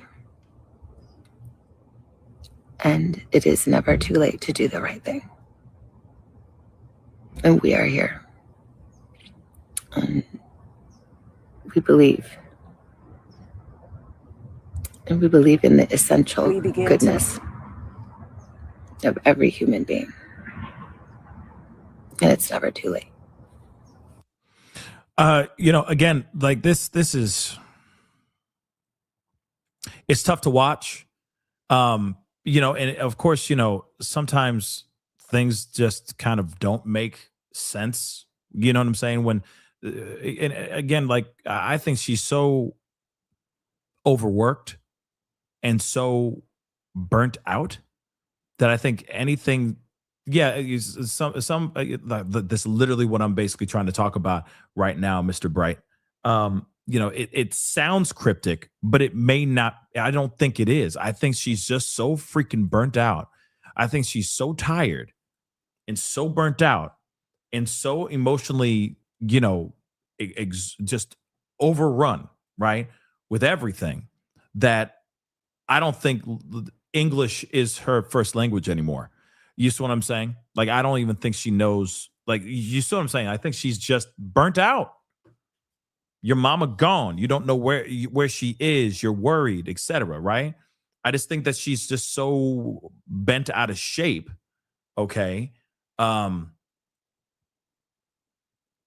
so emotionally exhausted that I don't think words are coming out the way that she wants them to come out. So I can see it coming out like, kind of like broken English, just coming out kind of in fragments, because her brain isn't working like it usually is. She ain't on her show. You see what I'm saying? This isn't, I'm going to do that. This isn't like we're on a TV show, right? She's literally unraveling in real time in front of everybody. And instead of her actually reporting the story, she is now the story, It's just crazy, right? Yes, Mr. Bayazid. Hopefully I'm saying that right. Bayazid. Yes, this is an absolute issue. Yeah. And I hope it turns around fast. And I'm hoping whatever they're figuring out or finding right now, I'm hoping that they've found it. You see what I'm saying? Like, they need to find it now. But I also feel like she is going out of her way to basically say, like, I'm just going to try to level with this person or these people and just basically say, hey, we are all human. We all make mistakes. All we want is our mom back. This is an opportunity right now to just please do the right thing and just let her go. Please let her go, right? And I think she's so tired. And I'm sure she's on the phone, just these long, exhaustive days and hours, you know what I mean? Of these hours and days and weeks now of her just dealing with law enforcement and going back to the start and seeing what's going on. And there's a raid and, oh, they got these people detained. No, they don't. Oh, they got Carlos, this guy named Carlos. Do we know this guy named Carlos? We don't know who he is. No, he's okay. He's been let go. So he's not part of it. Oh, damn. 3 people have been detained. What's going on? Traffic stops. What's going on? Then you raid a house 2 miles away from mama's home. Who could that be? Wait, you're letting them go? So that was a nothing burger too? What's going on? Back to the zero? We're back to the drawing board all over again? Okay, so this is what we know. And they're just saying the same stuff over and over and over again, right? They're asking Annie and Tommaso and everybody the same doggone questions. Where were you at this time of such and such and such and such? You know what I mean? It's like the same thing. You're not sleeping. You're not eating. You're not taking care of yourself. You're just overrun with stress and fear, anxiety, all of that. Yeah, that's intense, y'all. It's a lot. That's a lot. It's a lot to put into it's a lot. It's a lot, guys. Let's take a look at this one here. We begin tonight with new developments in the search for 84-year-old Nancy Guthrie, which is now entering its third week. Investigators say DNA recovered from a glove found near Nancy Guthrie's home is a possible match for the type believed to have been worn by a masked person captured on surveillance video. Authorities are awaiting final test results on that glove, but they are also focusing on a Walmart backpack worn by that suspect in the video. This comes as sources say the Today host and her siblings are frustrated with the pace of the investigation. We have team coverage tonight. ABC's chief investigative correspondent Aaron Katursky leads us off from Tucson. Tonight, 2 weeks after Nancy Guthrie's abduction, investigators are focusing on two distinctive characteristics of the suspect seen lurking on her doorstep. They're using sales records to trace the purchase of the Walmart backpack the suspect is seen wearing, and they're trying to match DNA from a glove retrieved near her home. Investigators said they found a total of 16 gloves during roadside searches. Law enforcement sources tell ABC News they lifted DNA of an unknown male from one glove found about 2 miles from the house. That glove appears similar to the kind worn by the suspect as he tampered with Nancy's doorbell camera. We have, yeah, we've gotten DNA back, and that's why I say, well, they already have the genetic markers of those that we think had access to the home, rightfully so, the family, the landscapers, the pool guy. The FBI can compare the male profile to DNA found on Nancy Guthrie's property and run it through a national DNA database. CODIS is our database, and that's the one that all the states contribute to. And if you're arrested, your DNA is in the database. However, there are other methods, and that one of them can be forensic genetic genealogy. Unfortunately, that takes a while to be able to use that. Tonight, sources also tell ABC News investigators are leaning away from members of the Guthrie family as suspects. They're also leaning away from 2 men detained after traffic stops, one last week in Rio Rico, Arizona, and another on Friday night about 2 miles from Nancy Guthrie's home. That person's house was searched and gray Range Rover was towed. Both men were released within hours. With little new information, Savannah Guthrie and her siblings are enduring an agonizing, frustrating wait. But she posted on Instagram, "Our lovely mom. We will never give up on her." Does the family have hope? Of course. So do I. So do I. And it's not just me. There's 400 cops that have hope on this. There's an entire community that have hope on this. Every case, we just don't quit. We continue it. I'm like you. I wish this was done in a day. This is real life. It's not TV. The FBI could have something back on the glove DNA within 24 hours, Lindsay. Investigators are also working to build out a more substantial profile of the suspect. They've already estimated his height, 5'9" or 5'10" of average build. Now they're going to try and measure his weight, maybe his shoe size, to give the public something more to go on. Now, here's the thing. My only issue is this, okay? And, you know, I'm going to play a little bit more of this video, of course, too. But I got to ask a question, and maybe somebody who's in law enforcement that's watching the show right now can explain this to me. How can they actually have the car, for example, they pulled over that guy at Culver's, right? In the Culver's parking lot. I don't know if he was having a hankering for a double cheeseburger or something, but he got pulled over at the Culver's, right? This Range Rover, really nice ride, $60,000, $70,000 ride. It's not a cheap car, okay? And word, good on you, you know, cool that you got the money to be able to do something like that, or to afford something like that. But here's the thing. They detained the guy for a second, but then take his car, but let him go. Why? Does that math make sense to you?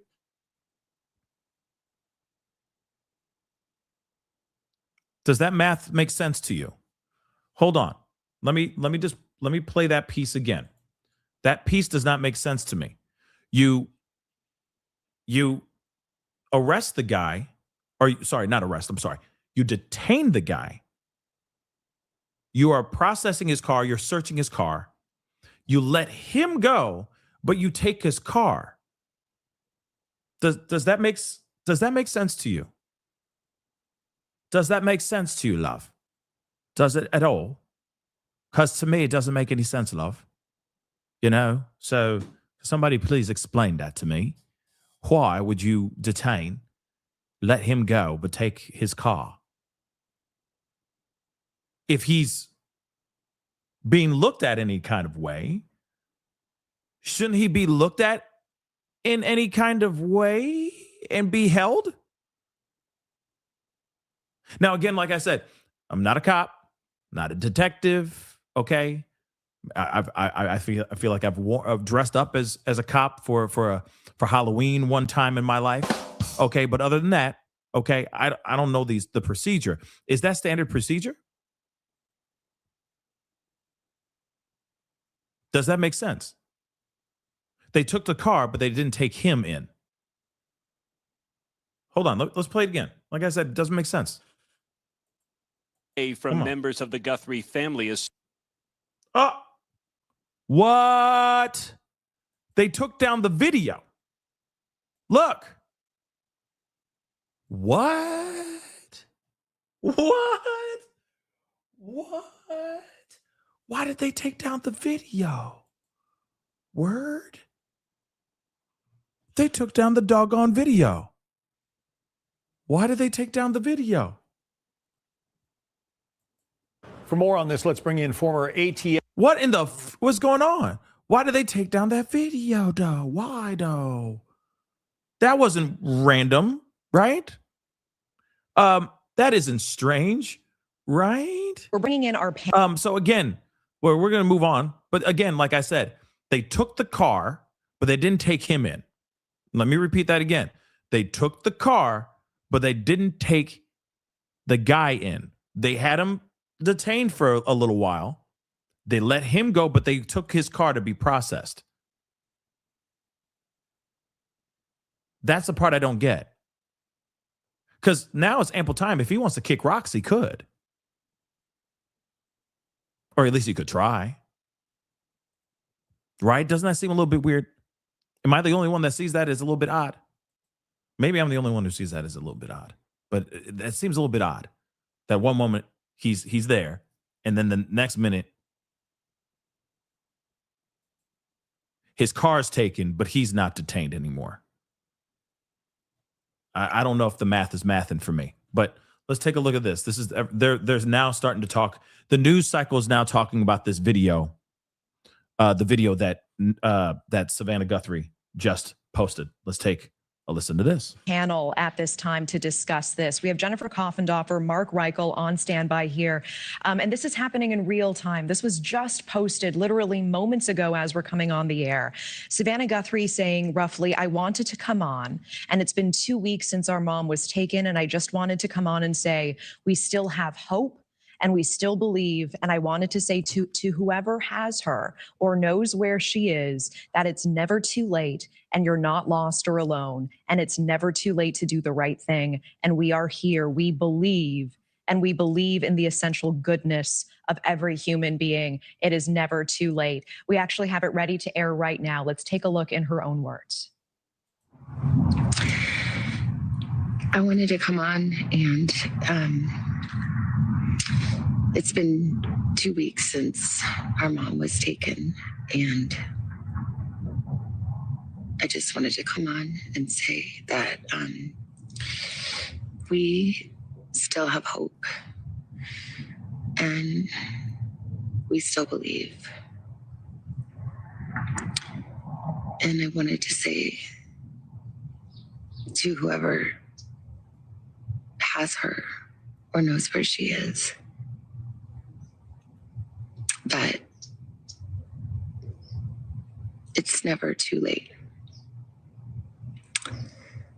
And you're not lost or alone. And it is never too late to do the right thing. And we are here. We believe. And we believe in the essential goodness of every human being. And it's never too late. For more than 2 weeks. It is one thing to read the transcripts. It really is another thing to see her. And I'm just struck by the humanity of it, how much she has carried and how hard it has been for this family these last 2 weeks. Jennifer, I want to bring you in first here. What does this video, this specific message, these words tell us about where the investigation stands 2 weeks in, where it stands tonight? I also want to say this though too. I do now. This may mean nothing. Okay, of course, my heart goes out to the family with everything that's going on here. I don't wish this on my worst enemy. Real talk. Everybody deserves to have their mama and their daddy, and that, you know what I mean, and be able to love them and be with them for as long as you can, right? And you hold them tight for as long as you can. But we haven't heard anything from Annie. Now, we haven't heard anything from Annie at all. Not one video. Now, is that odd? I don't know. Everyone deals with things differently. She may not be somebody who wants to do stuff like that. That's still a possibility, but I can see people going, hey, where's she at? And why haven't we heard anything from her at all? Except for the group videos. Now, here's the thing. Just because she didn't do or hasn't done a video yet does not automatically mean that she's the bad guy.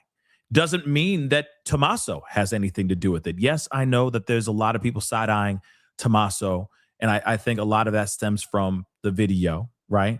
Like from not the video. I mean, a lot of it stems from from other platforms mentioning his name. So a lot of people are still side-eyeing the hell out of him, and I don't blame people for side-eyeing him.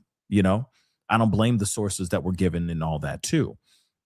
Because everybody, in my personal opinion, is a suspect, except for Savannah and for Cameron. That's what I truly think. I don't think that they are. I think that those two are in the clear, unless they orchestrated it while they were, orchestrating it from afar, while Savannah's getting ready for her amazing dream job every day. She's orchestrating a kidnapping to make it, to stage it to look like a burglary gone wrong. I just don't see it. But the people who are the last to see her alive are Annie and Tommaso. I hate to say it like that, but that is the doggone truth. And they have not been cleared. They have not been cleared at all. I just think it's interesting that we have all these other people, right? We're getting all this other information, right? And these videos and them going, please, please, please, please. We're getting that from Cameron and Savannah, but we haven't heard anything from Annie. And it's like, listen, I don't care if she writes a haiku. I don't care if she writes something that's like written in like lyrically in a circle of some sort. I don't care. Okay. I don't care if it sounds like she's ate up with her video. I just think it would be good for her to do some sort of video, because I know, Cameron's already done his part. I'm sure he's going to be doing another one. Savannah now has put out 2 videos now, right? We haven't heard anything from Annie. I think it'd be a good thing for her to do that. But she doesn't have to. But I think optically it would be good if she did. Well, first of all, that's gut-wrenching to hear that, and to see and hear the emotion in Savannah's voice and in her face. I think this was well constructed again by the behavioral analysis unit, trying to plead to the humanity of whoever might have her, and then also to send the message to Nancy that, she's waiting. And basically, when I hear a message like that, it's much like what we do when we interview individuals we believe are responsible for a violent crime. We try to tell them, listen, we know you're human, and I can hear that message ringing through here. Wow. I mean, Mark, what are your thoughts here? I mean, this simple statement sort of reiterated throughout this video that it is never too late to do the right thing, appealing directly to the alleged kidnappers, the apparent abductors. What's going through your mind as we see this video? Well, I'm following somebody who certainly knows what they're talking about, because I agree exactly with what Jennifer said. One thing I might add from doing this forever is that I think this may not be a lone actor. And Jennifer may know this too. The concept is maybe to peel off, if there's 3 of them sitting around and, they're involved in this, to maybe get one of them, to touch one of them with this amazingly powerful appeal, that one of them may think, you know what? Why am I with these other 2 or this other person? They don't really, it's time to break off. And is exactly what I was saying, that maybe one of them, it's like a movie, like a freaking movie. There's always one that has a softer heart. Okay. Maybe hasn't been as hard boiled as the other 2, maybe they're not as hardened their heart isn't as hardened as the other one, right? There's always one that's like, man, I can't believe we did this, man. It's crazy, man. I can't handle the stress anymore, man. It's been 15 days, man.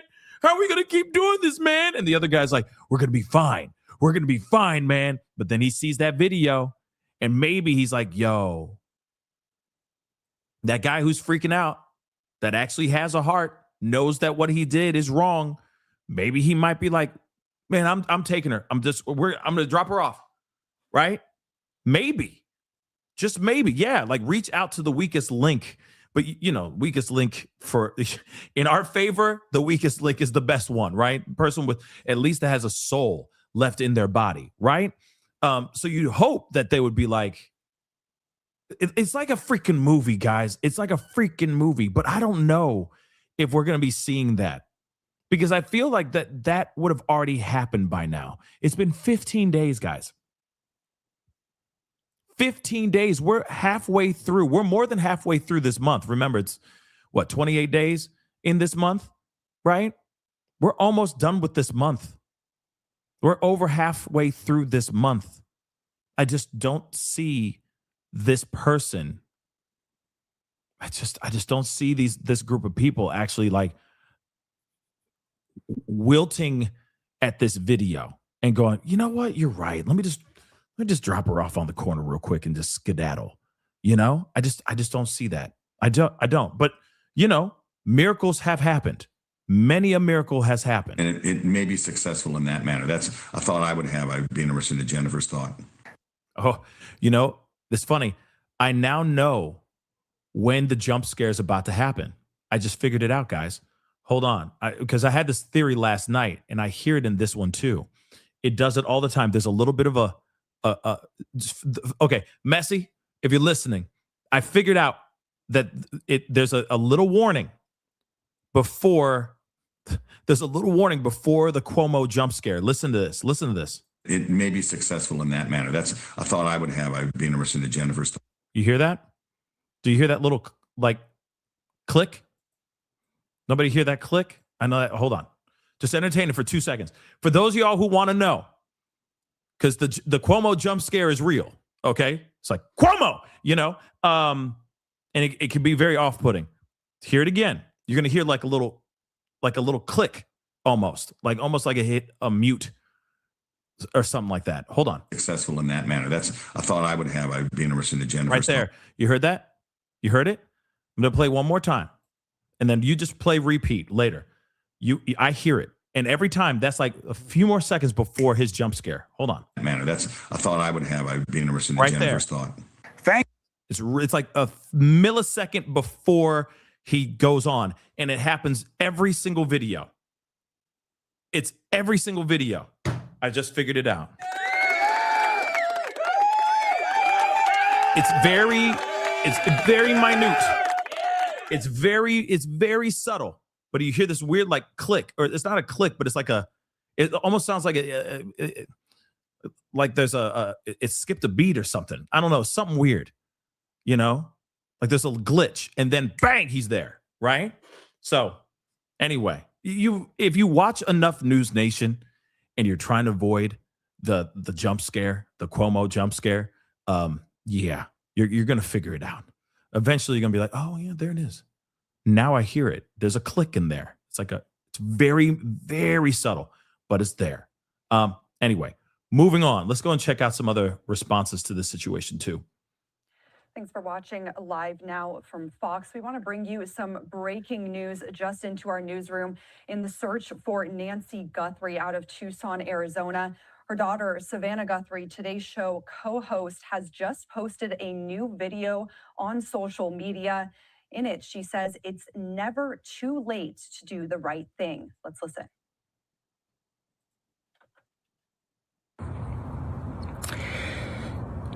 I wanted to come on and it's been 2 weeks since our mom was taken, and I just wanted to come on and say that we still have hope and we still believe. And I wanted to say to whoever has her or knows where she is that it's never too late. And you're not lost or alone.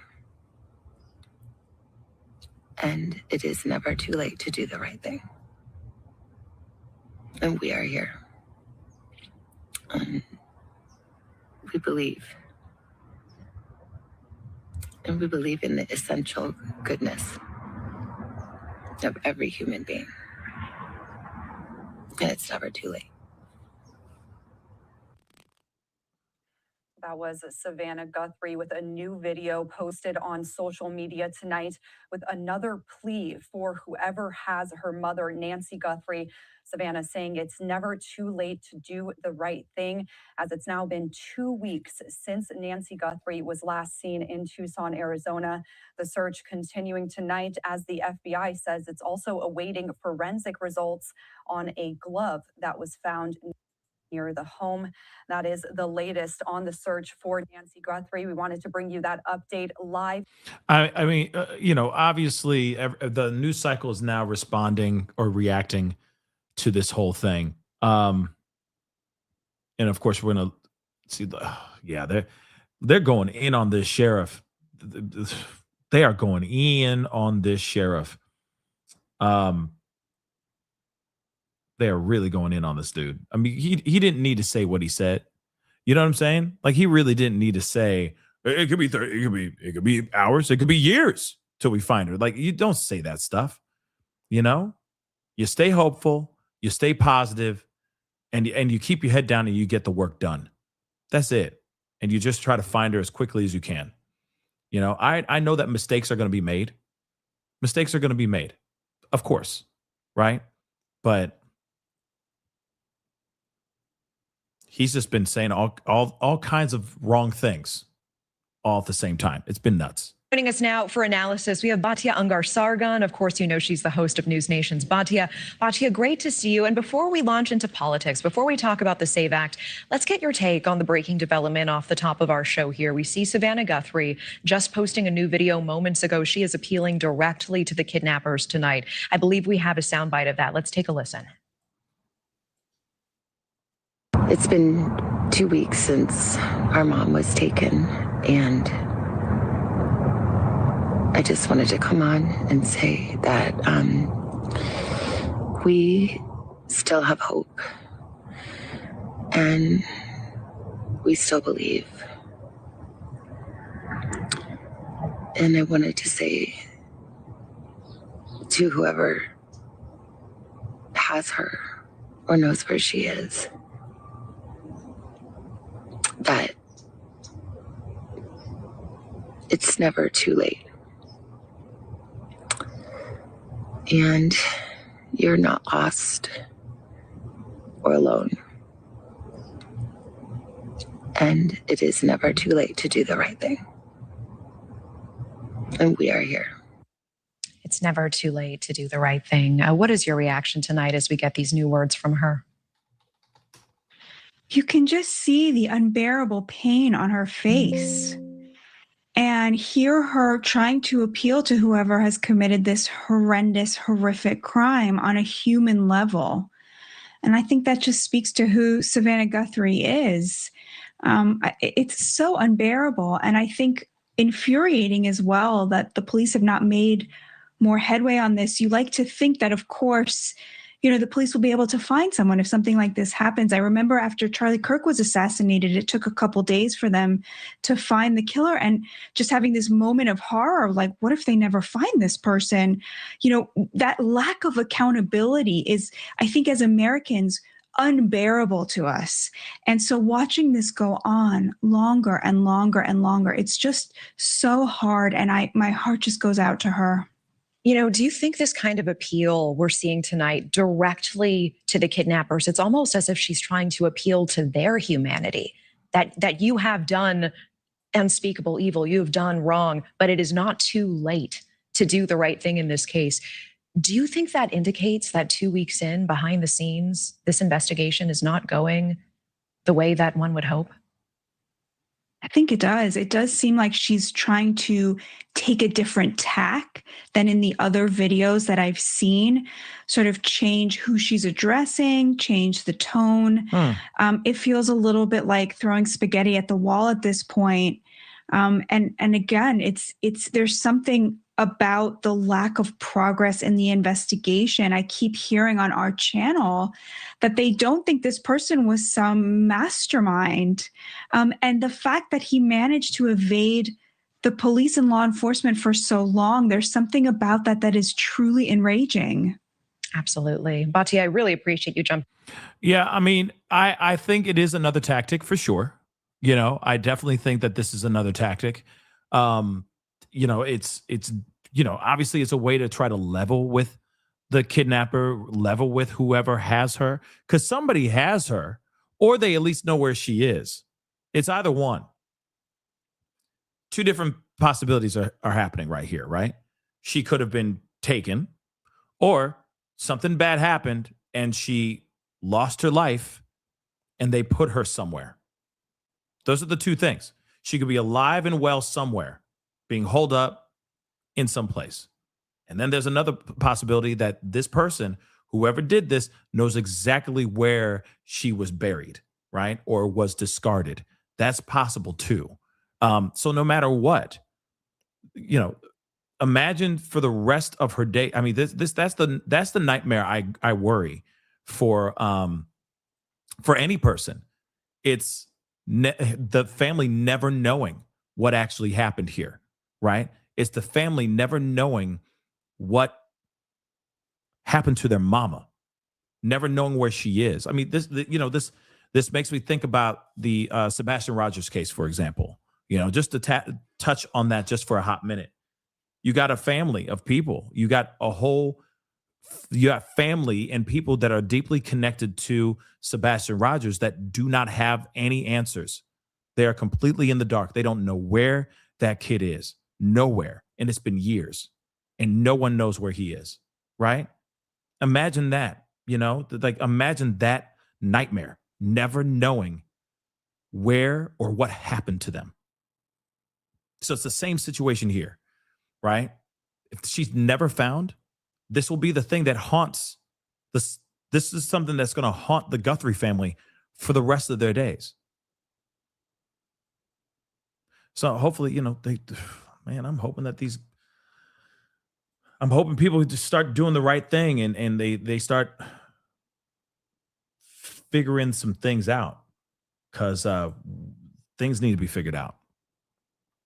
Big time. This is just crazy. We are living in some really, really nutty times, guys. Oh, wait.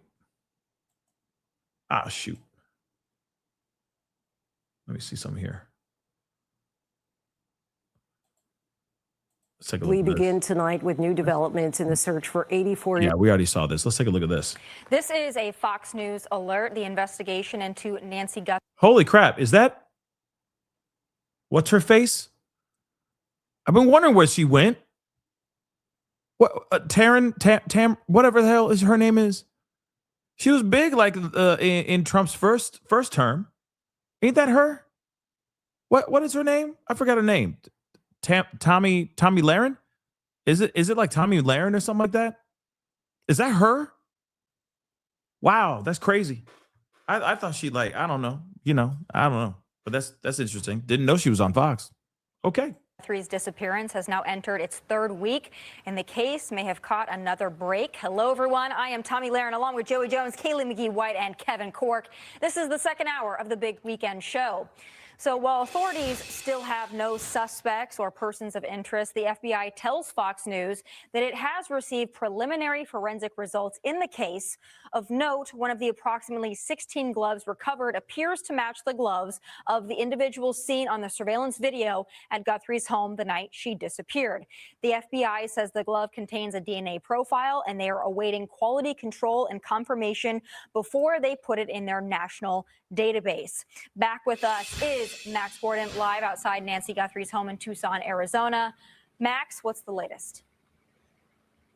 Hey, Tommy. Well, this glove could be a significant piece of evidence, but at this point, we simply don't know. The glove was found about 2 miles away on the side of the road, and investigators say that it does look similar to the glove that was worn by the suspect who was caught on surveillance camera outside of Nancy Guthrie's home. The glove was sent to a lab in Florida for testing, and according to the FBI, the preliminary results are now in, and they're waiting on official confirmation before putting the unknown male profile into the FBI's DNA database called CODIS. This process typically takes 24 hours from when the FBI receives DNA. Investigators collected about 16 gloves in various areas near the house. Most of them belonged to searchers and had been discarded while looking for Nancy Guthrie. If the FBI does get a DNA hit, it could help identify the suspect. But the operative word here is could. Here he's seen on Nancy Guthrie's doorbell camera, described as a male between 5'9" and 5'10", with an average build, seen carrying a 25-liter Ozark Trail hiker pack from Walmart. Meanwhile, the search continues. Fox News Digital learned that authorities have been using a high-tech Bluetooth scanner placed on the bottom of law enforcement helicopters to try to detect Nancy Guthrie's pacemaker signal. The helicopter's been seen flying in low, slow grid patterns in an attempt to pick up a signal. Meanwhile, there's been limited investigative work here at Nancy Guthrie's home over the weekend. There's just been one sheriff's deputy parked here, just standing by, guarding the house. But neighbors have been by, dropping off flowers and notes of encouragement. Some folks just stopping by to look at the house as this neighborhood still grapples with what's happened here. Tommy? Max Gordon, I'm sure a lot of looky-loos. Thank you so much for joining us as always. Yep. All right, so TMZ has played a major part in this mystery as they've received multiple notes from an individual who alleges that they know the identity of Guthrie's abductor and her current location. They're reportedly demanding $100,000 as ransom for that information. Joining us now is TMZ executive producer. He's been on the story from the beginning, Harvey Levin. Harvey, we appreciate you taking the time with us tonight. We know you're very involved in all of this. Have you received any more details from this individual? And how certain are you that this person is legit, meaning they actually know the whereabouts, they're not just a scammer?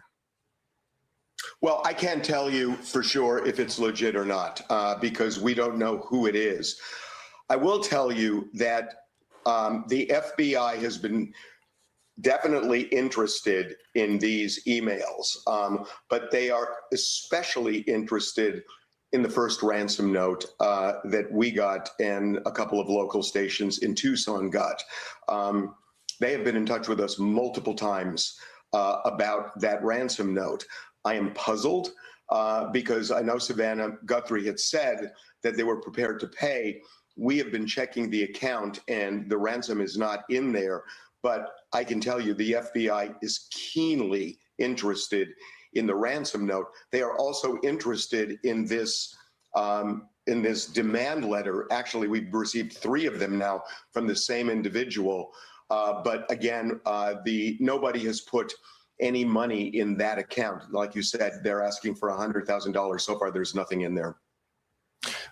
So on that very first ransom letter that you say the FBI continues to ask questions about, and correct me if I'm wrong here, but it seems like, I guess my question is, have you received any communication from anyone pretending to be or saying they are the same people from the first ransom letter?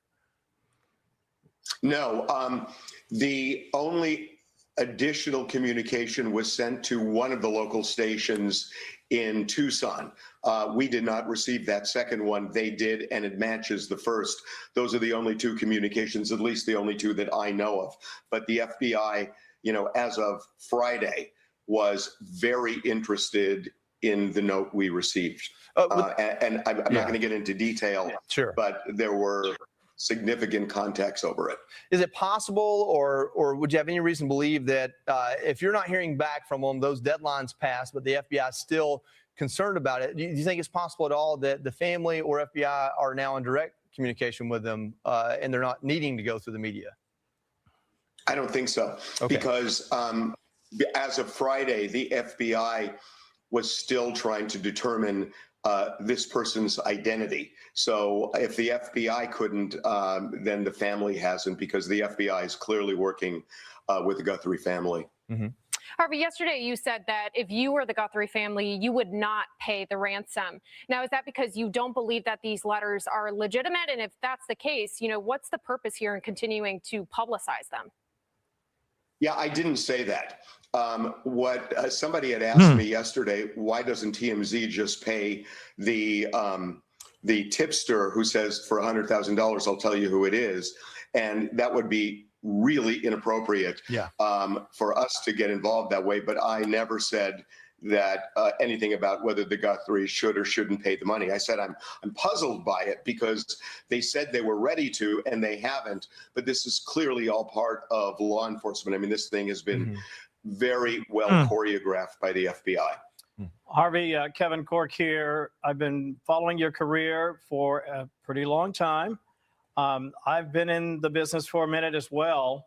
I can't recall a circumstance like this.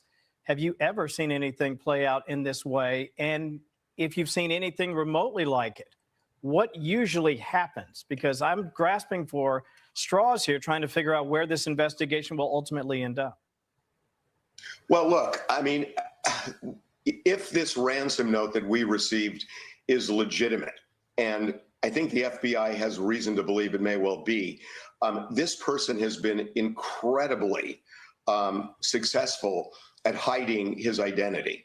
Believe me, it's not for a lack of trying. So, as technology advances, not just for the FBI and crime solving, but for perpetrators, for kidnappers, to create anonymity, I think we're seeing that much more than I've ever seen in the past, because usually the FBI is able to crack things much more easily, but this was really, really sophisticated. So, look, I mean, there's a profile already in this guy. I mean, the guy is 5'9", 5'10". He appears to have a mustache, a goatee. We have identified both the backpack and the jacket that he's wearing, both of which were purchased at Walmart. There's no doubt in my mind, and law enforcement believes this too, that the guy is from the Tucson area. He is tech savvy and he is smart. The letter that was written is really well constructed. So at least that's something to go on. And I think it's going to build and build. I think if the glove, if this is, and I don't know, I mean, it's weird to me that it's OJ-esque that somebody dropped a single glove 2 miles away. So, I think it's weird. This is the real deal. There's something in my head that's saying, how could that be? I think it's weird. I do think it's weird that 2 miles down the road, somebody just randomly just drops off a glove. You know what I mean? Don't you find that a bit odd? Somebody who took that kind of care drops a glove on the side of the road. So I don't know. I hope it is. And there's by the way, there's something called a PCR test, which is a sophisticated DNA test. And you can do a field one very quickly, which apparently they did, but they have to send it to the lab to get the real confirmation, which I believe is what's going on right now. So, Harvey, just going off of what you just said there, and obviously we're all just speculating here. We want to make sure our audience fully understands that. But you said it's kind of odd that they would drop this glove off. It feels OJ-esque. Is there a part of you that thinks maybe they wanted that glove to be found? Maybe they wanted that surveillance video to be seen with them putting flowers over the doorbell camera, kind of like a bumbling idiot. Do you feel like any of this might be intentional? I don't know. I mean, honestly, I have no idea. If this person had Nancy Guthrie, how did he get her 2 miles from the scene? I'm assuming it's in a vehicle. And if it's in a vehicle, why is this dropped in a field? I don't know. Look, I don't know. This could be real. I hope it is. It's just weird to me. Harvey, I do think I find it weird too. Okay, I'm gonna keep it a bean. I do think it's very weird that one moment, we didn't have anything, or they didn't have anything. Like we're not doing the investigation, right? But we didn't know anything, right? We didn't hear anything at all about these gloves. But then, as soon as we see a security video of the bad guy masked He's wearing black gloves. Suddenly, out of nowhere, black gloves are found 2 miles down the road from Nancy Guthrie's house. You see what I'm saying? And it could very well be a connection, or it could really just be some staged crap to try to, it could be, it could have been staged, right? It could have just been placed there, just to throw off, just to throw off law enforcement, another red herring or something of that sort, right? Again, like I see, especially with how law enforcement has been handling this case, I just see a future where people are not going to fully believe the hype. That they're not going to fully believe that the person that they got is the actual guy or persons, the people. Like say that those guys that they went to that house, that $1 million home that was 2 miles away from Nancy Guthrie's home, and that they raided and they detained 2 people and a mom from that house, allegedly, right? Of course, they've been let go, they've been released. But imagine if they were the culprits, or they're like, we got our guys. These all 3 of them were, worked in tandem to do this terrible thing, blah, blah, blah, blah, blah, right? I just feel like there's going to be a side of the world that's going to side-eye that situation and not believe it. They're going to be like, oh, so in other words, you were desperately just trying to find anyone to pin anything on, and now you found this guy. Like, it's the Tyler Robinson situation all over again. There's a lot of people that don't believe that Tyler Robinson is the guy, right? That did that took out Charlie Kirk. There's a lot of people that don't believe it. That law enforcement was desperate to wrap that case up as quickly as possible. And they did whatever they could by any means necessary, right? And now you look at the situation here. It's been 15 days. We're going into our 3rd week now. 3rd week. And they still have nothing. The timing is strange to me too. And I'm not some big conspiracy theorist. I'm not. I'm really not. But the timeline is weird. As soon as they go, FBI has finally released video of this situation, right? He a masked individual.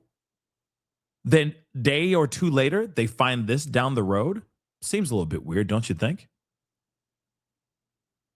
Now, it could be anybody. It literally could be anybody. It could literally be somebody who's working in the investigation. Maybe they didn't swab everybody.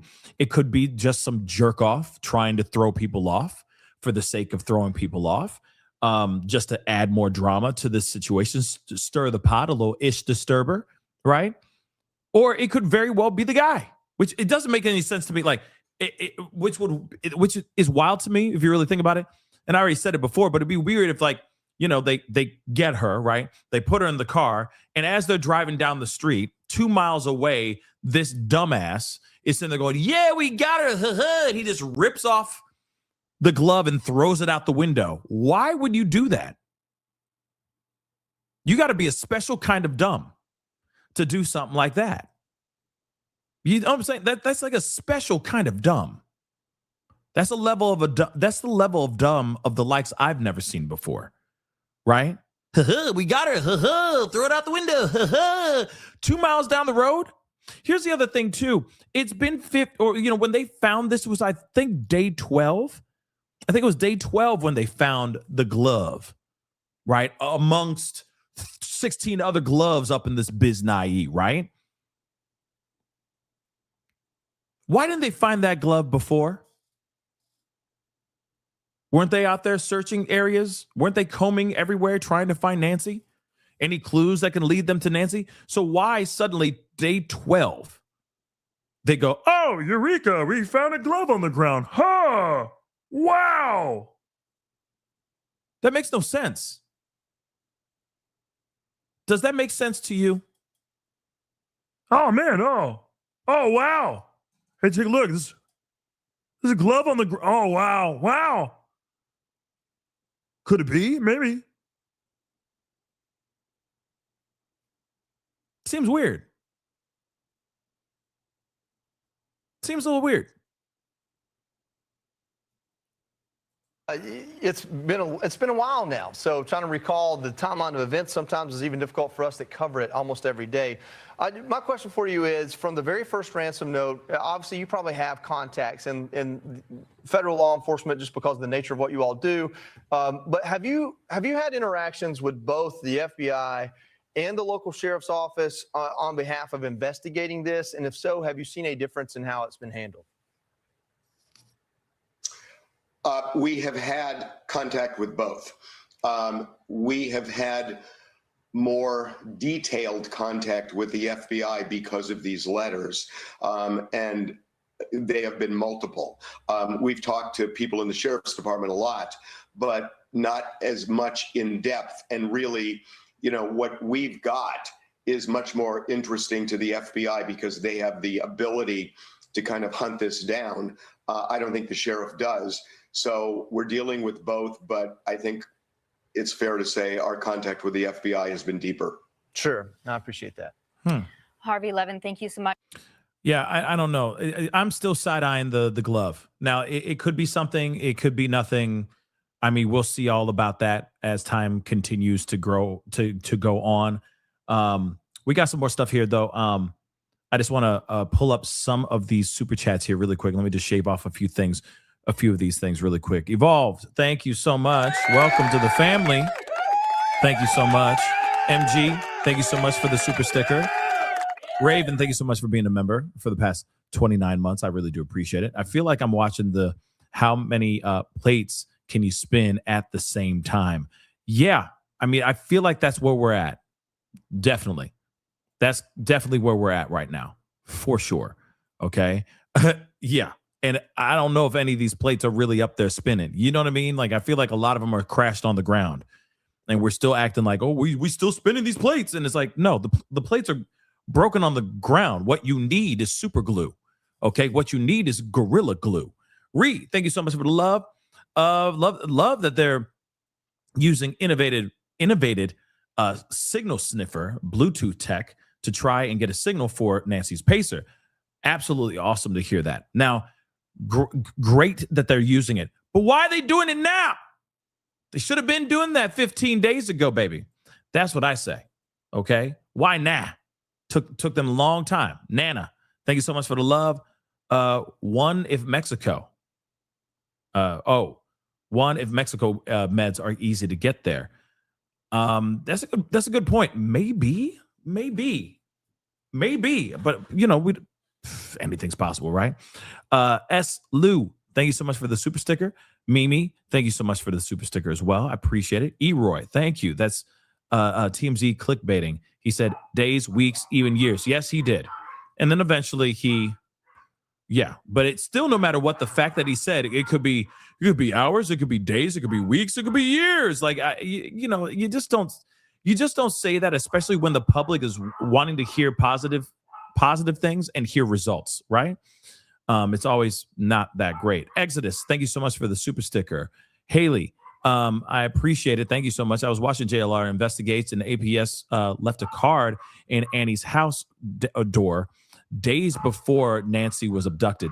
Yes, I saw that as well through Brian Enton, and I guess I have a lot of questions about that too. There may be a connection. There may not be any connection. But I do think it's interesting that card was in the door and it never was taken down, which I think is weird, right? I do find that to be odd. But let's take a look at this video. I wanted to come on and real quick. It's been 2 weeks since our mom was taken, and I just wanted to come on and say that we still have hope and we still believe. Video to Instagram saying, as you just heard her say, it's never too late for the person who took her mother to do the right thing. This comes 2 weeks after 84-year-old Nancy Guthrie was reported missing. And tonight we're learning new details about evidence that has been recovered in the search to find her. According to the FBI, a glove that has DNA evidence on it is consistent with the same glove worn by the masked man seen in doorbell camera video the night Nancy disappeared. We've all seen that video. 12 News journalist Gabriela Becerra live outside of the Pima County Sheriff's Department with more on these new developments. And Gabby, we don't know exactly who this DNA belongs to at this point yet, do we? Exactly, Troy, and that's what investigators are trying to figure out. An FBI spokesperson told us today that that glove produced an unknown male DNA profile. Right now, they're running additional testing and waiting on official confirmation before uploading that profile into a nationwide database. Well, they'll see if it matches with anyone else who's already in the database. But we know that glove was found last week about 2 miles away from Nancy's home. FBI agents recovered it while conducting a search through brush areas surrounding her neighborhood. The gloves were then sent to a private lab in Florida, and the FBI received preliminary results yesterday. Once they get official confirmation, the DNA will be added to that national database, which takes about 24 hours from the time the FBI receives the DNA. A forensic analyst and CODIS administrator tells me this DNA profile will be compared to other profiles stored in the database from crime scenes, convicted offenders, and missing people. If it comes back with a match, the DNA sample will be typed again just for confirmation, and then a person of interest will be identified who police will talk to. If it doesn't come up with a match, she says investigators can try comparing it to the DNA to genetic genealogy. But Professor April Stonehouse cautions that just because DNA was found on this glove doesn't mean there's any association with this case. Yeah. So again, this could be nothing. Again, like, of course, it's good that there's DNA on there, but it could be connected to somebody there. It could literally be a glove that was used by a cameraman or maybe a content creator that was out there, and it just fell out of their pocket or fell out of their bag or something like that. There's still a possibility of that. Katie just asked this, and I know a lot of people have been asking this too and wondering, could the video itself be AI, right? The FBI trying to save face, possibly a distraction from the files, which are more horrific than any of us realize. So here's the thing. Well, one, I just did a short about Pam Bondi putting out a list of names from the Epstein files, which I think is kind of hilarious, to be really honest, because it's also just one big red herring in my personal opinion. But go check out that video when you get a chance, because I kind of talk about that briefly in a short. But here's the thing.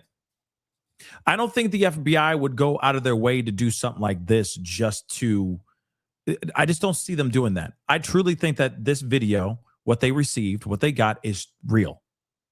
I really think that this is the video that they received, that they were able to do whatever they needed to do through Google or whatever, and they were able to get this. Now, one thing is also true. Now we know for a fact that there's no way that we are not being watched in some sort of way. I'm sorry I said it. I'm sorry, but it's real. It's true. We just saw the whole video about the dog.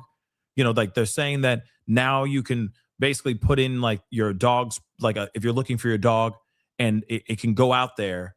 You put it out into the Ring camera database, and the thing will utilize other people's Ring cameras to find the dog. If they're doing that for dogs, then they're doing that for humans, right?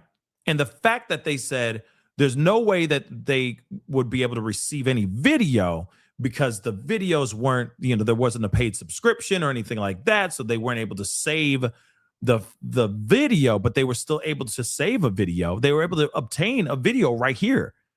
They were able to get it. So even though they say that they're not filming, like saving the video, they're actually saving video. That's basically what they're saying. Remember, they said that they could not retrieve, at least local PD, and I understand they don't have the technology and the ability to do what that FBI can do, right? But they said we don't have enough to really get, like, they're not paying a subscription, so it just tapes over, right? It just films over the footage. But then FBI is like, well, we were able to go to Google and go through Google and do X, Y, and Z. And then that's how we were able to get this footage, and which is shocking, because then that means that everything is recorded. If you have these Ring cameras and all that, everything is recorded.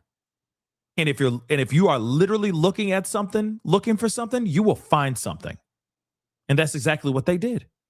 They're looking around that specific time. They were able to go through Google and find this stuff. That's one. I'm glad that they have it and they found it, but there's the other thing. This is scary. Big brother. Big brother. It's a real thing. But now they're showing it in a feature like, hey, you're looking for your dog? We got a new feature now. No, the feature's always been there, baby. The feature has always been there. Now they're trying to turn it into a financial money grab. You understand that, right? Are you looking for your dog? You need to find your dog? Your dog's missing? Put Fido's name and his face in the database and we'll find it. We will find your dog. Through this thing, all the Ring cameras will find him. Do you realize that's scary stuff, y'all? And again, let me repeat this again. As much as you think that they're not saving that because you didn't pay the subscription, they'll say, oh, it's all good. They didn't see me act a fool in front of that camera. You know what I'm saying? It's not being saved, but it is. Google got it somewhere. Ain't that crazy? Ain't that crazy? In fact, if you really think about it, if you, let's just say, okay, something wild happens. You got a Ring camera, something wild happens. You run out the door, buck naked or something like that, and run back in. And you're like, oh, it's all good. I could just delete that footage. It's embarrassing, but I could delete the footage. You go and you delete that footage, right? Is it really deleted now? Are we sure it's completely deleted? Because that means Google still has it. You feel me? Yeah, in terms of services, if you clicked on I agree, etc., oh, it's a wrap. Nest, yeah, I meant Nest. But that's weird, right? You don't find that a little bit weird?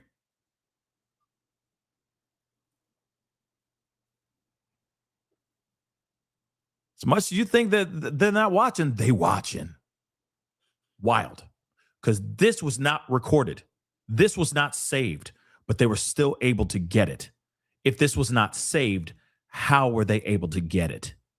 That's weird. That's weird if you ask me. Now, that's not me trying to say, oh, there's a deeper meaning in that. No. Like, oh, it's all planned. The higher ups wanted to torture Savannah Guthrie. That's what's happening. No. It just shows you proof positive that as much as you think that it's there for your safety, it's also there to monitor you. Wild, right? Put that in your pipe and smoke on it for a little bit as we continue. But they may also be looking for female DNA, if any is on that glove as well, to see if that links back to the crime. And so they will more than likely be looking to see if there's any evidence of DNA on those gloves from Mrs. Guthrie as well, to link it back to. I'm sure they're going to be doing all that, right? They're going to be running all types of DNA just to make sure that this is that it's her, and if her DNA shows up on that, then obviously you could do the reverse math and all that stuff too, right? Hey guys, I wanted to give you a couple of updates. First of all, you guys have probably seen Savannah Guthrie posted a new video on Instagram, which is just like heartbreaking like the others, and just reminds you of what this is really all about and what her and her family are going through. But also, and I'm outside Nancy Guthrie's house still, by the way. Also, I wanted to address, there's this local news report that some people have been asking me about, that there's this working theory that it was a burglary gone bad, and that the working theory is that Nancy Guthrie is still alive. And I just wanted to say that's not what, just because a few of you have asked me about that, that's not what my sources are saying.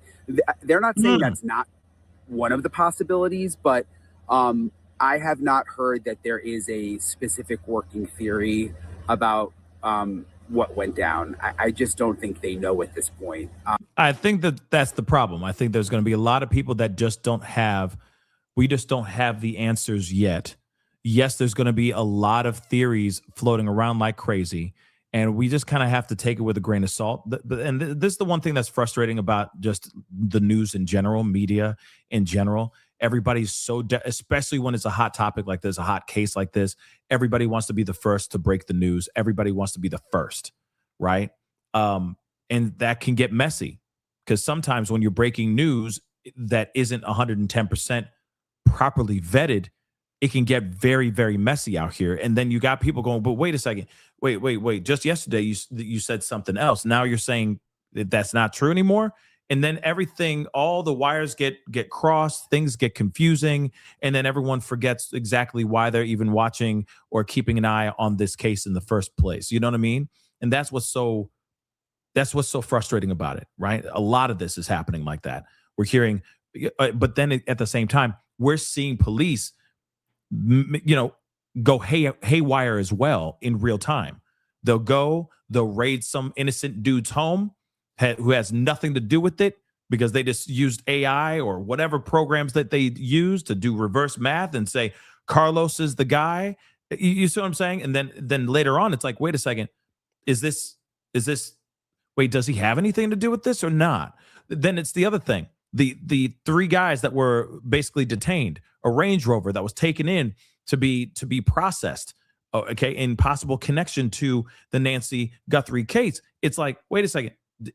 But he has the guy who was driving the Range Rover isn't being detained. So is that, what's going on? Does he have anything to do with this or not? This is where everything gets confusing and frustrating, right? And again, I get it. Everybody and their mama wants to be the first to break the news. Shoot, we all do it. I do it too, dagnabbit. We all do. But we got to be very careful about where we're getting that information. It's frustrating because all you have to say is a source. You see what I'm saying? All you need to say in a sentence is, a source close to the investigation tells me, and suddenly that makes it legitimate. I don't know. But you get what I'm saying. Things can get really sloppy really, really fast, and we're already seeing that with this particular case in real time.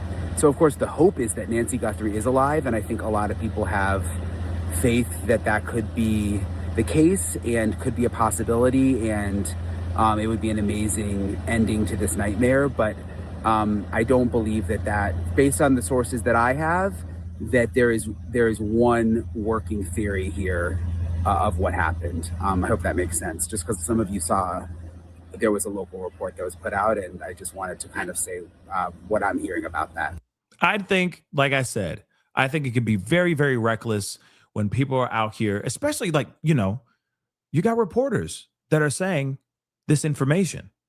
So you take it as face value because they're reporters. It's not some YouTuber.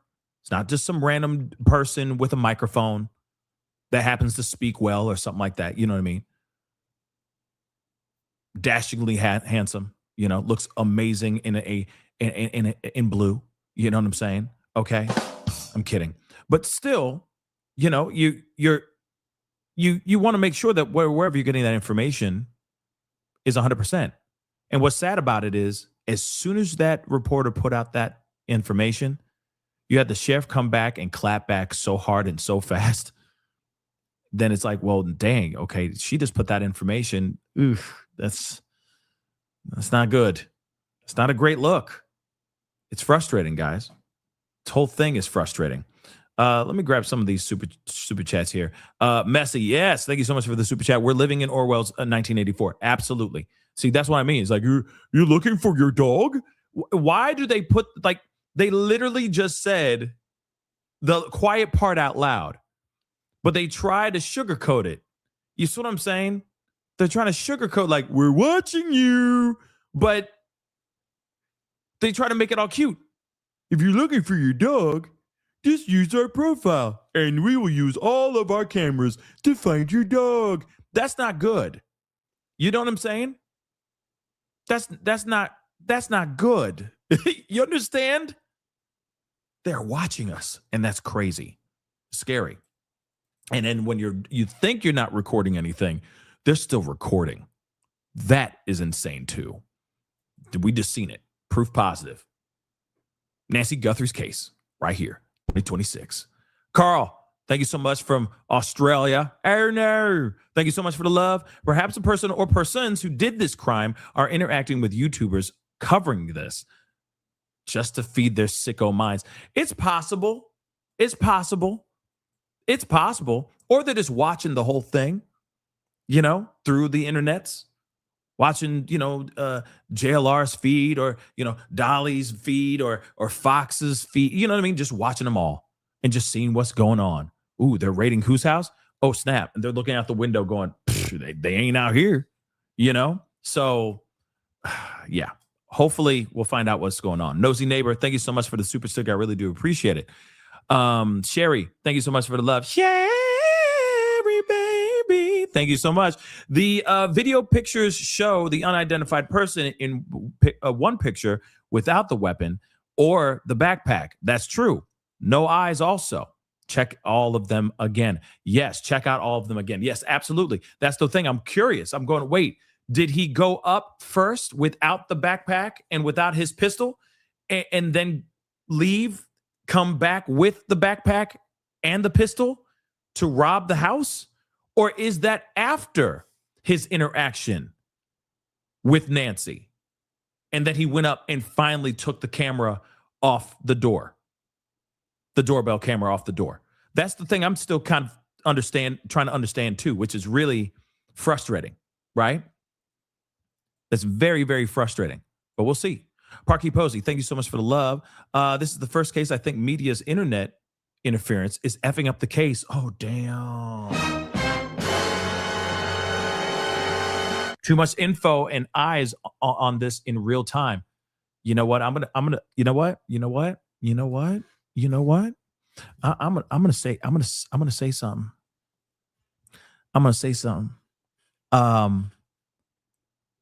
You might be right. Yeah, you might be right. There have been a lot of reports. There's been a lot of information that has come out, right? Fast. That has also pissed off law enforcement at the same time. Remember, and I'm not trying to throw any shade at anybody. Mad love to Banfield, okay? Mad love. But she put out that information saying, brother-in-law is being looked at. She said that. That's facts. I'm not saying anything that's unprecedented or rude. She was the one who went out.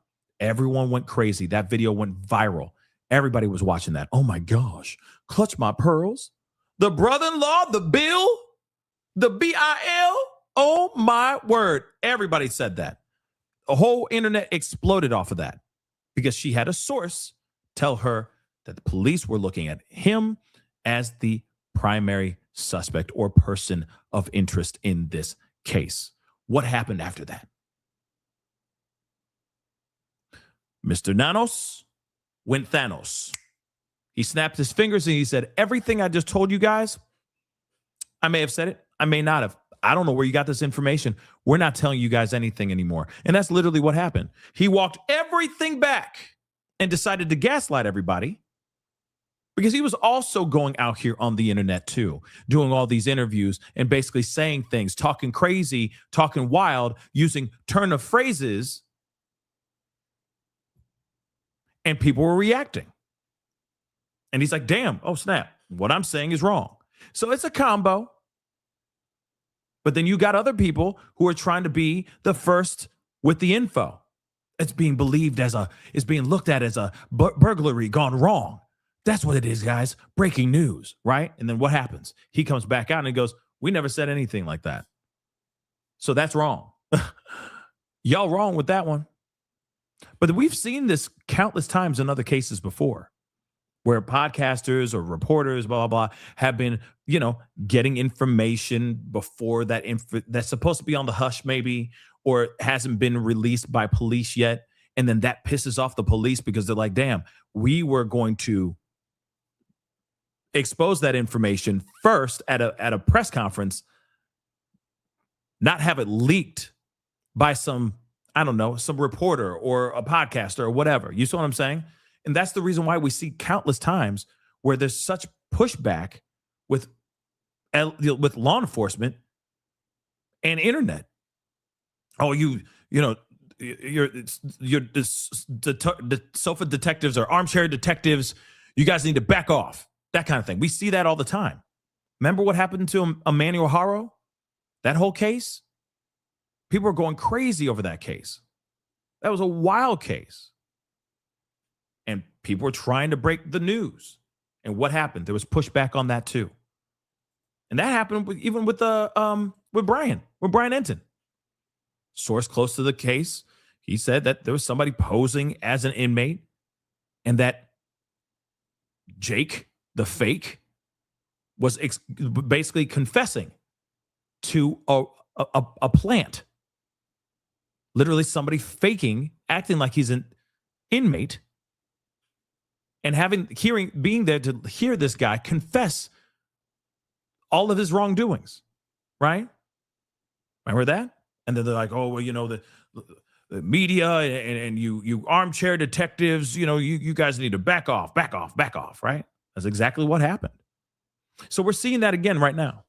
And it's all because the energy is because people give a damn.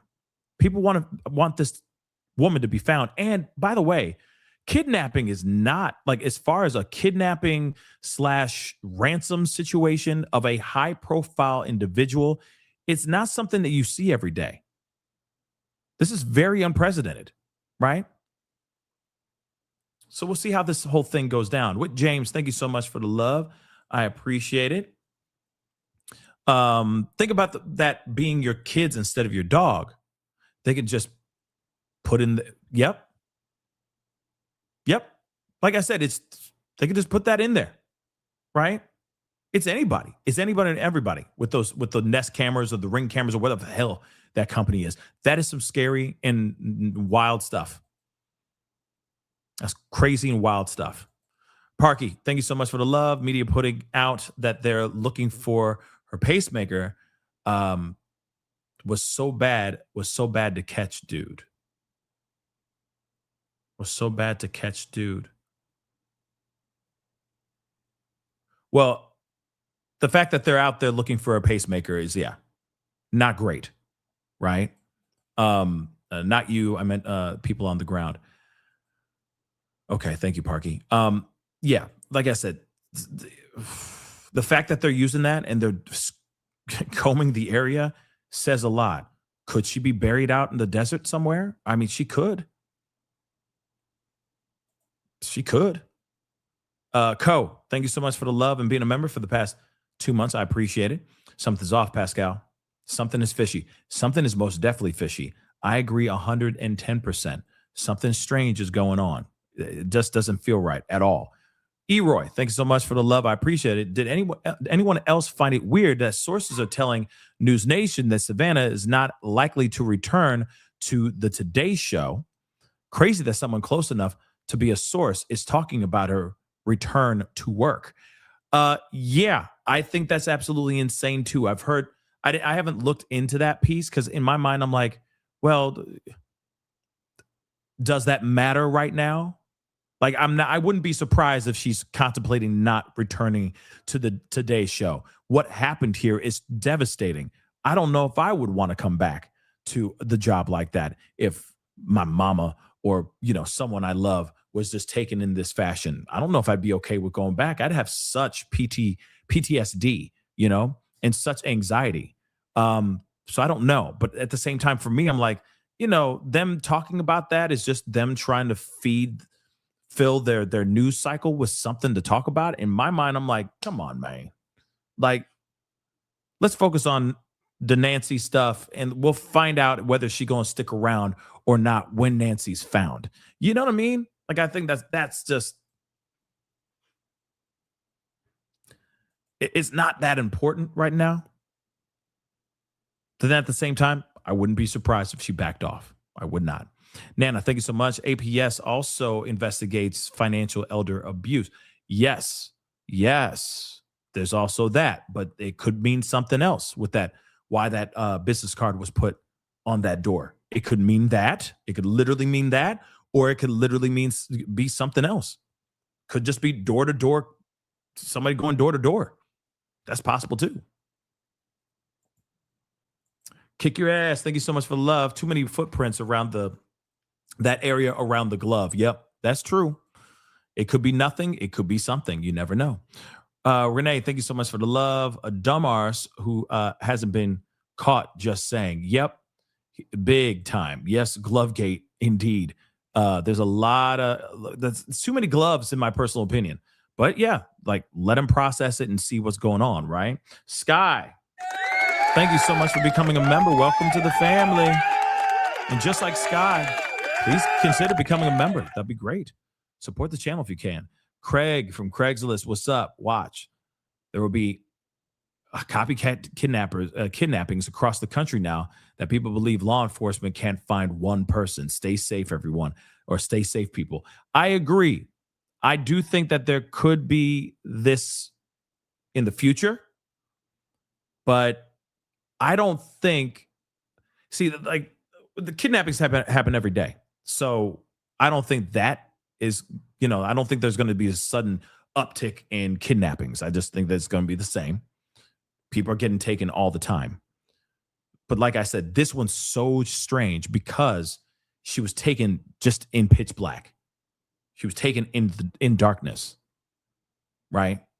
So, and then all these other things, technology for the most part, except for what they gathered in that ring, in that doorbell camera, technology has just basically worked in their favor because they were driving through intersections that weren't taking motion, weren't taking photos of motion, right?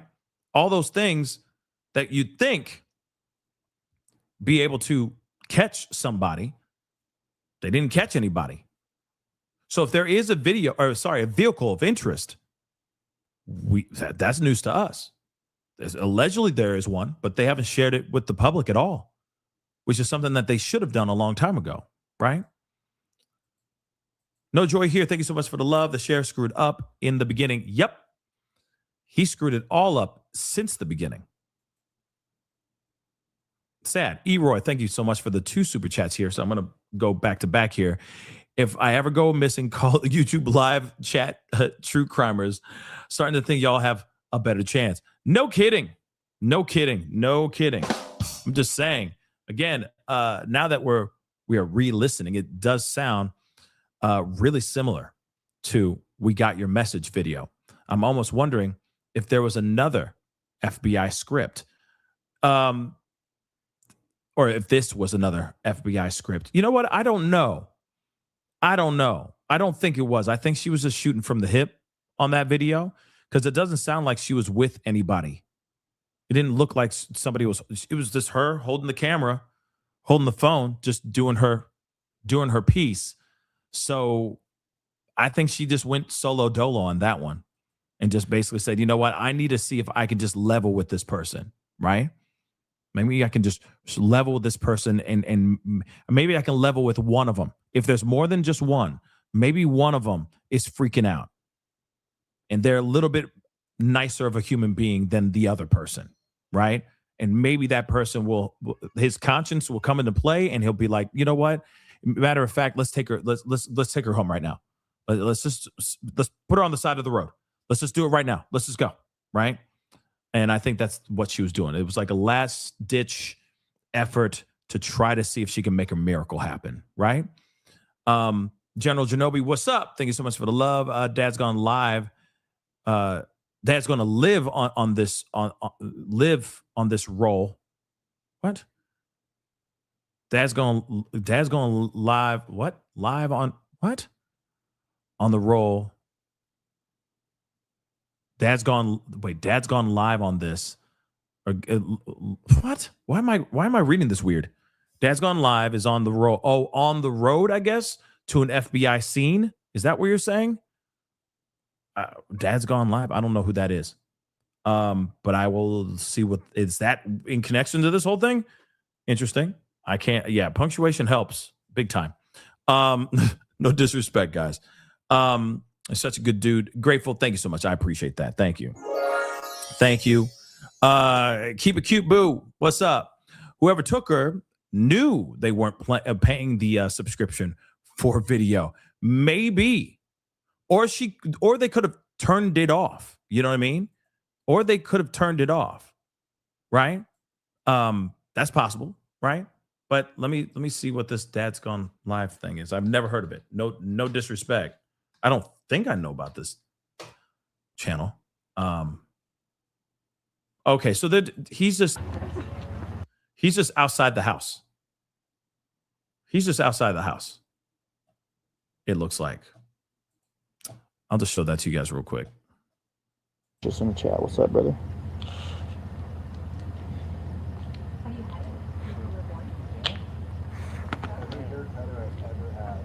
I'm sorry. We'll try to find something. I don't know.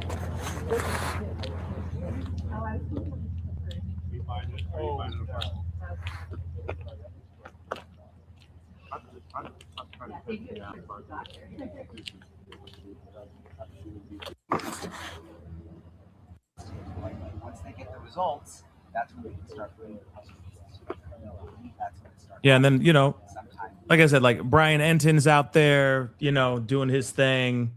But they're all outside. It looks like they're just outside Nancy's house still.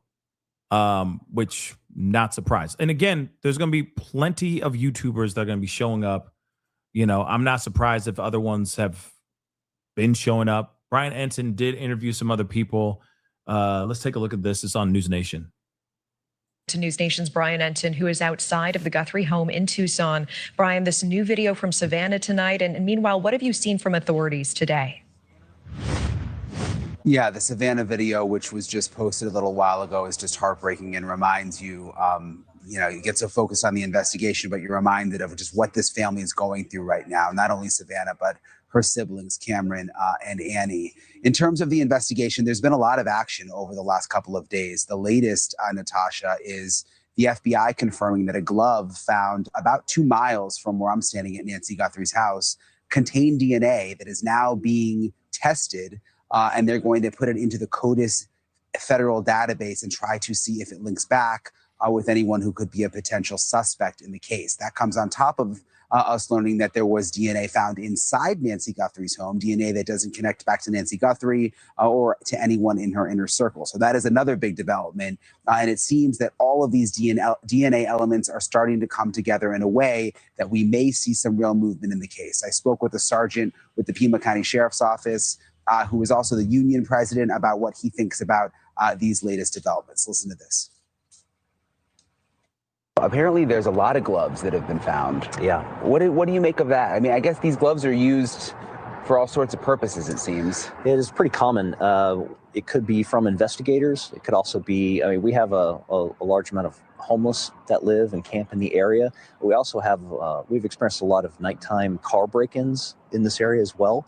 So, I mean, it could be from any one of those things. Hopefully it's related to the Guthrie kidnapping or incident, and they're able to get some DNA out of it, and it breaks the case open. But I understand it was found a couple miles away. Hopefully, as he's driving away, he throws his gloves out the window. Maybe we'll get a lucky break, but there's a lot of possibilities.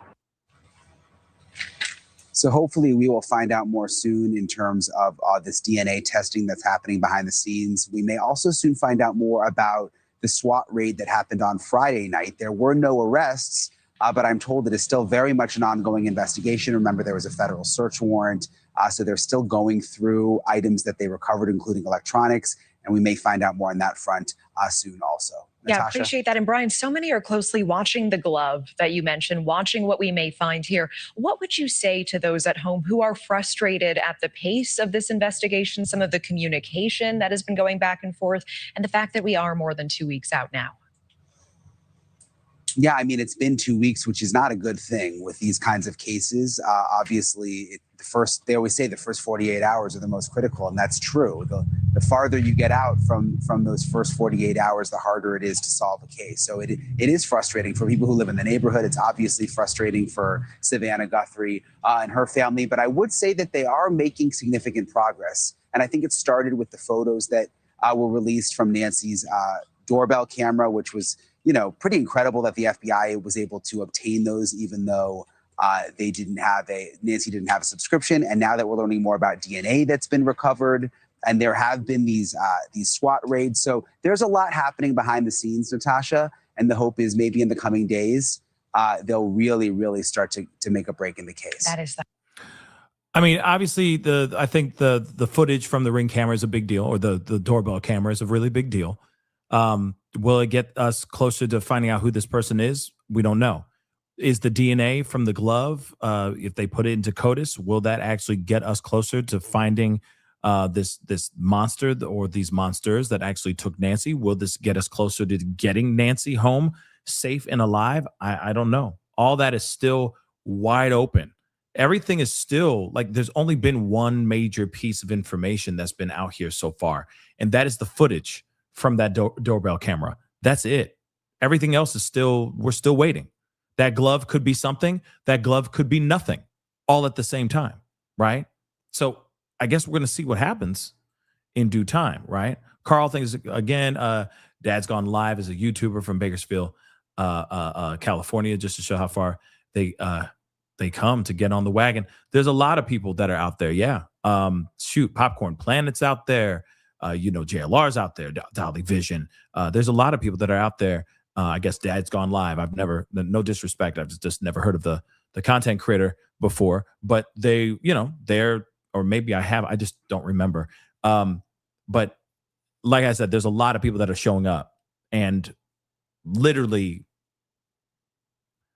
showing this, because this is another big case that just has gripped the entire world. It's kind of like the Idaho 4 situation, right? That whole Idaho 4 case was wild. It gripped everyone. But the turnaround for finding the guy, I mean, it was about the same amount of time, if I'm correct, right? Took a long time. But here's the thing. They at least were like, okay, we're looking for this car. We're looking for this. They at least gave us more information than what this law enforcement has done so far. So we'll see, right? We'll see what happens here, guys. But I'm going to wrap up the show for now. If anything breaks overnight, I'll let you guys know, okay? Or, if anything breaks and I'm still awake, okay, then I'll definitely let you know. But I mean, I feel like right now it's kind of like a standstill. We just got that new video from SAVANNAH Guthrie, which is absolutely heartbreaking for sure. I mean, I feel like that's the word that everybody's saying, and it is really heartbreaking. But if we get more information, I will be here to go live with you guys about it. Tomorrow's a whole new day, and I'm sure this case, I don't know if they're going to solve everything tonight, but maybe if they do, I'll be here to cover it with you guys. Okay. But that is the show. I appreciate all y'all for being here. Really means a lot. Thank you so much for tuning in. Do me a solid before we head out. Hit that like button down below. Crush the do. Hit that reaction button if you're watching on these other platforms. If you are watching on these other platforms like Facebook, X/Twitter, Instagram, TikTok, Rumble, Twitch, Kick, make sure you hit that follow button. Follow. Don't forget to subscribe here on my YouTube channel. Subscribe right here on this YouTube channel. Go to my second channel, The Pascal Show Clips. Subscribe over there as well. Hit that notification bell. Set it to all so you know whenever I go live, whenever I upload, because it is random. Hit that join button down below. Become a member. Check out my Patreon. And, of course, check out PascalMerch.com. Okay, guys. It's time to get going. Much love to you guys. I will see you guys soon. If there's something breaks, I might be back. You never know. But if not, I will see you guys tomorrow morning. But until then, be good to yourselves. Be good to one another. This is The Pascal Show. Bye.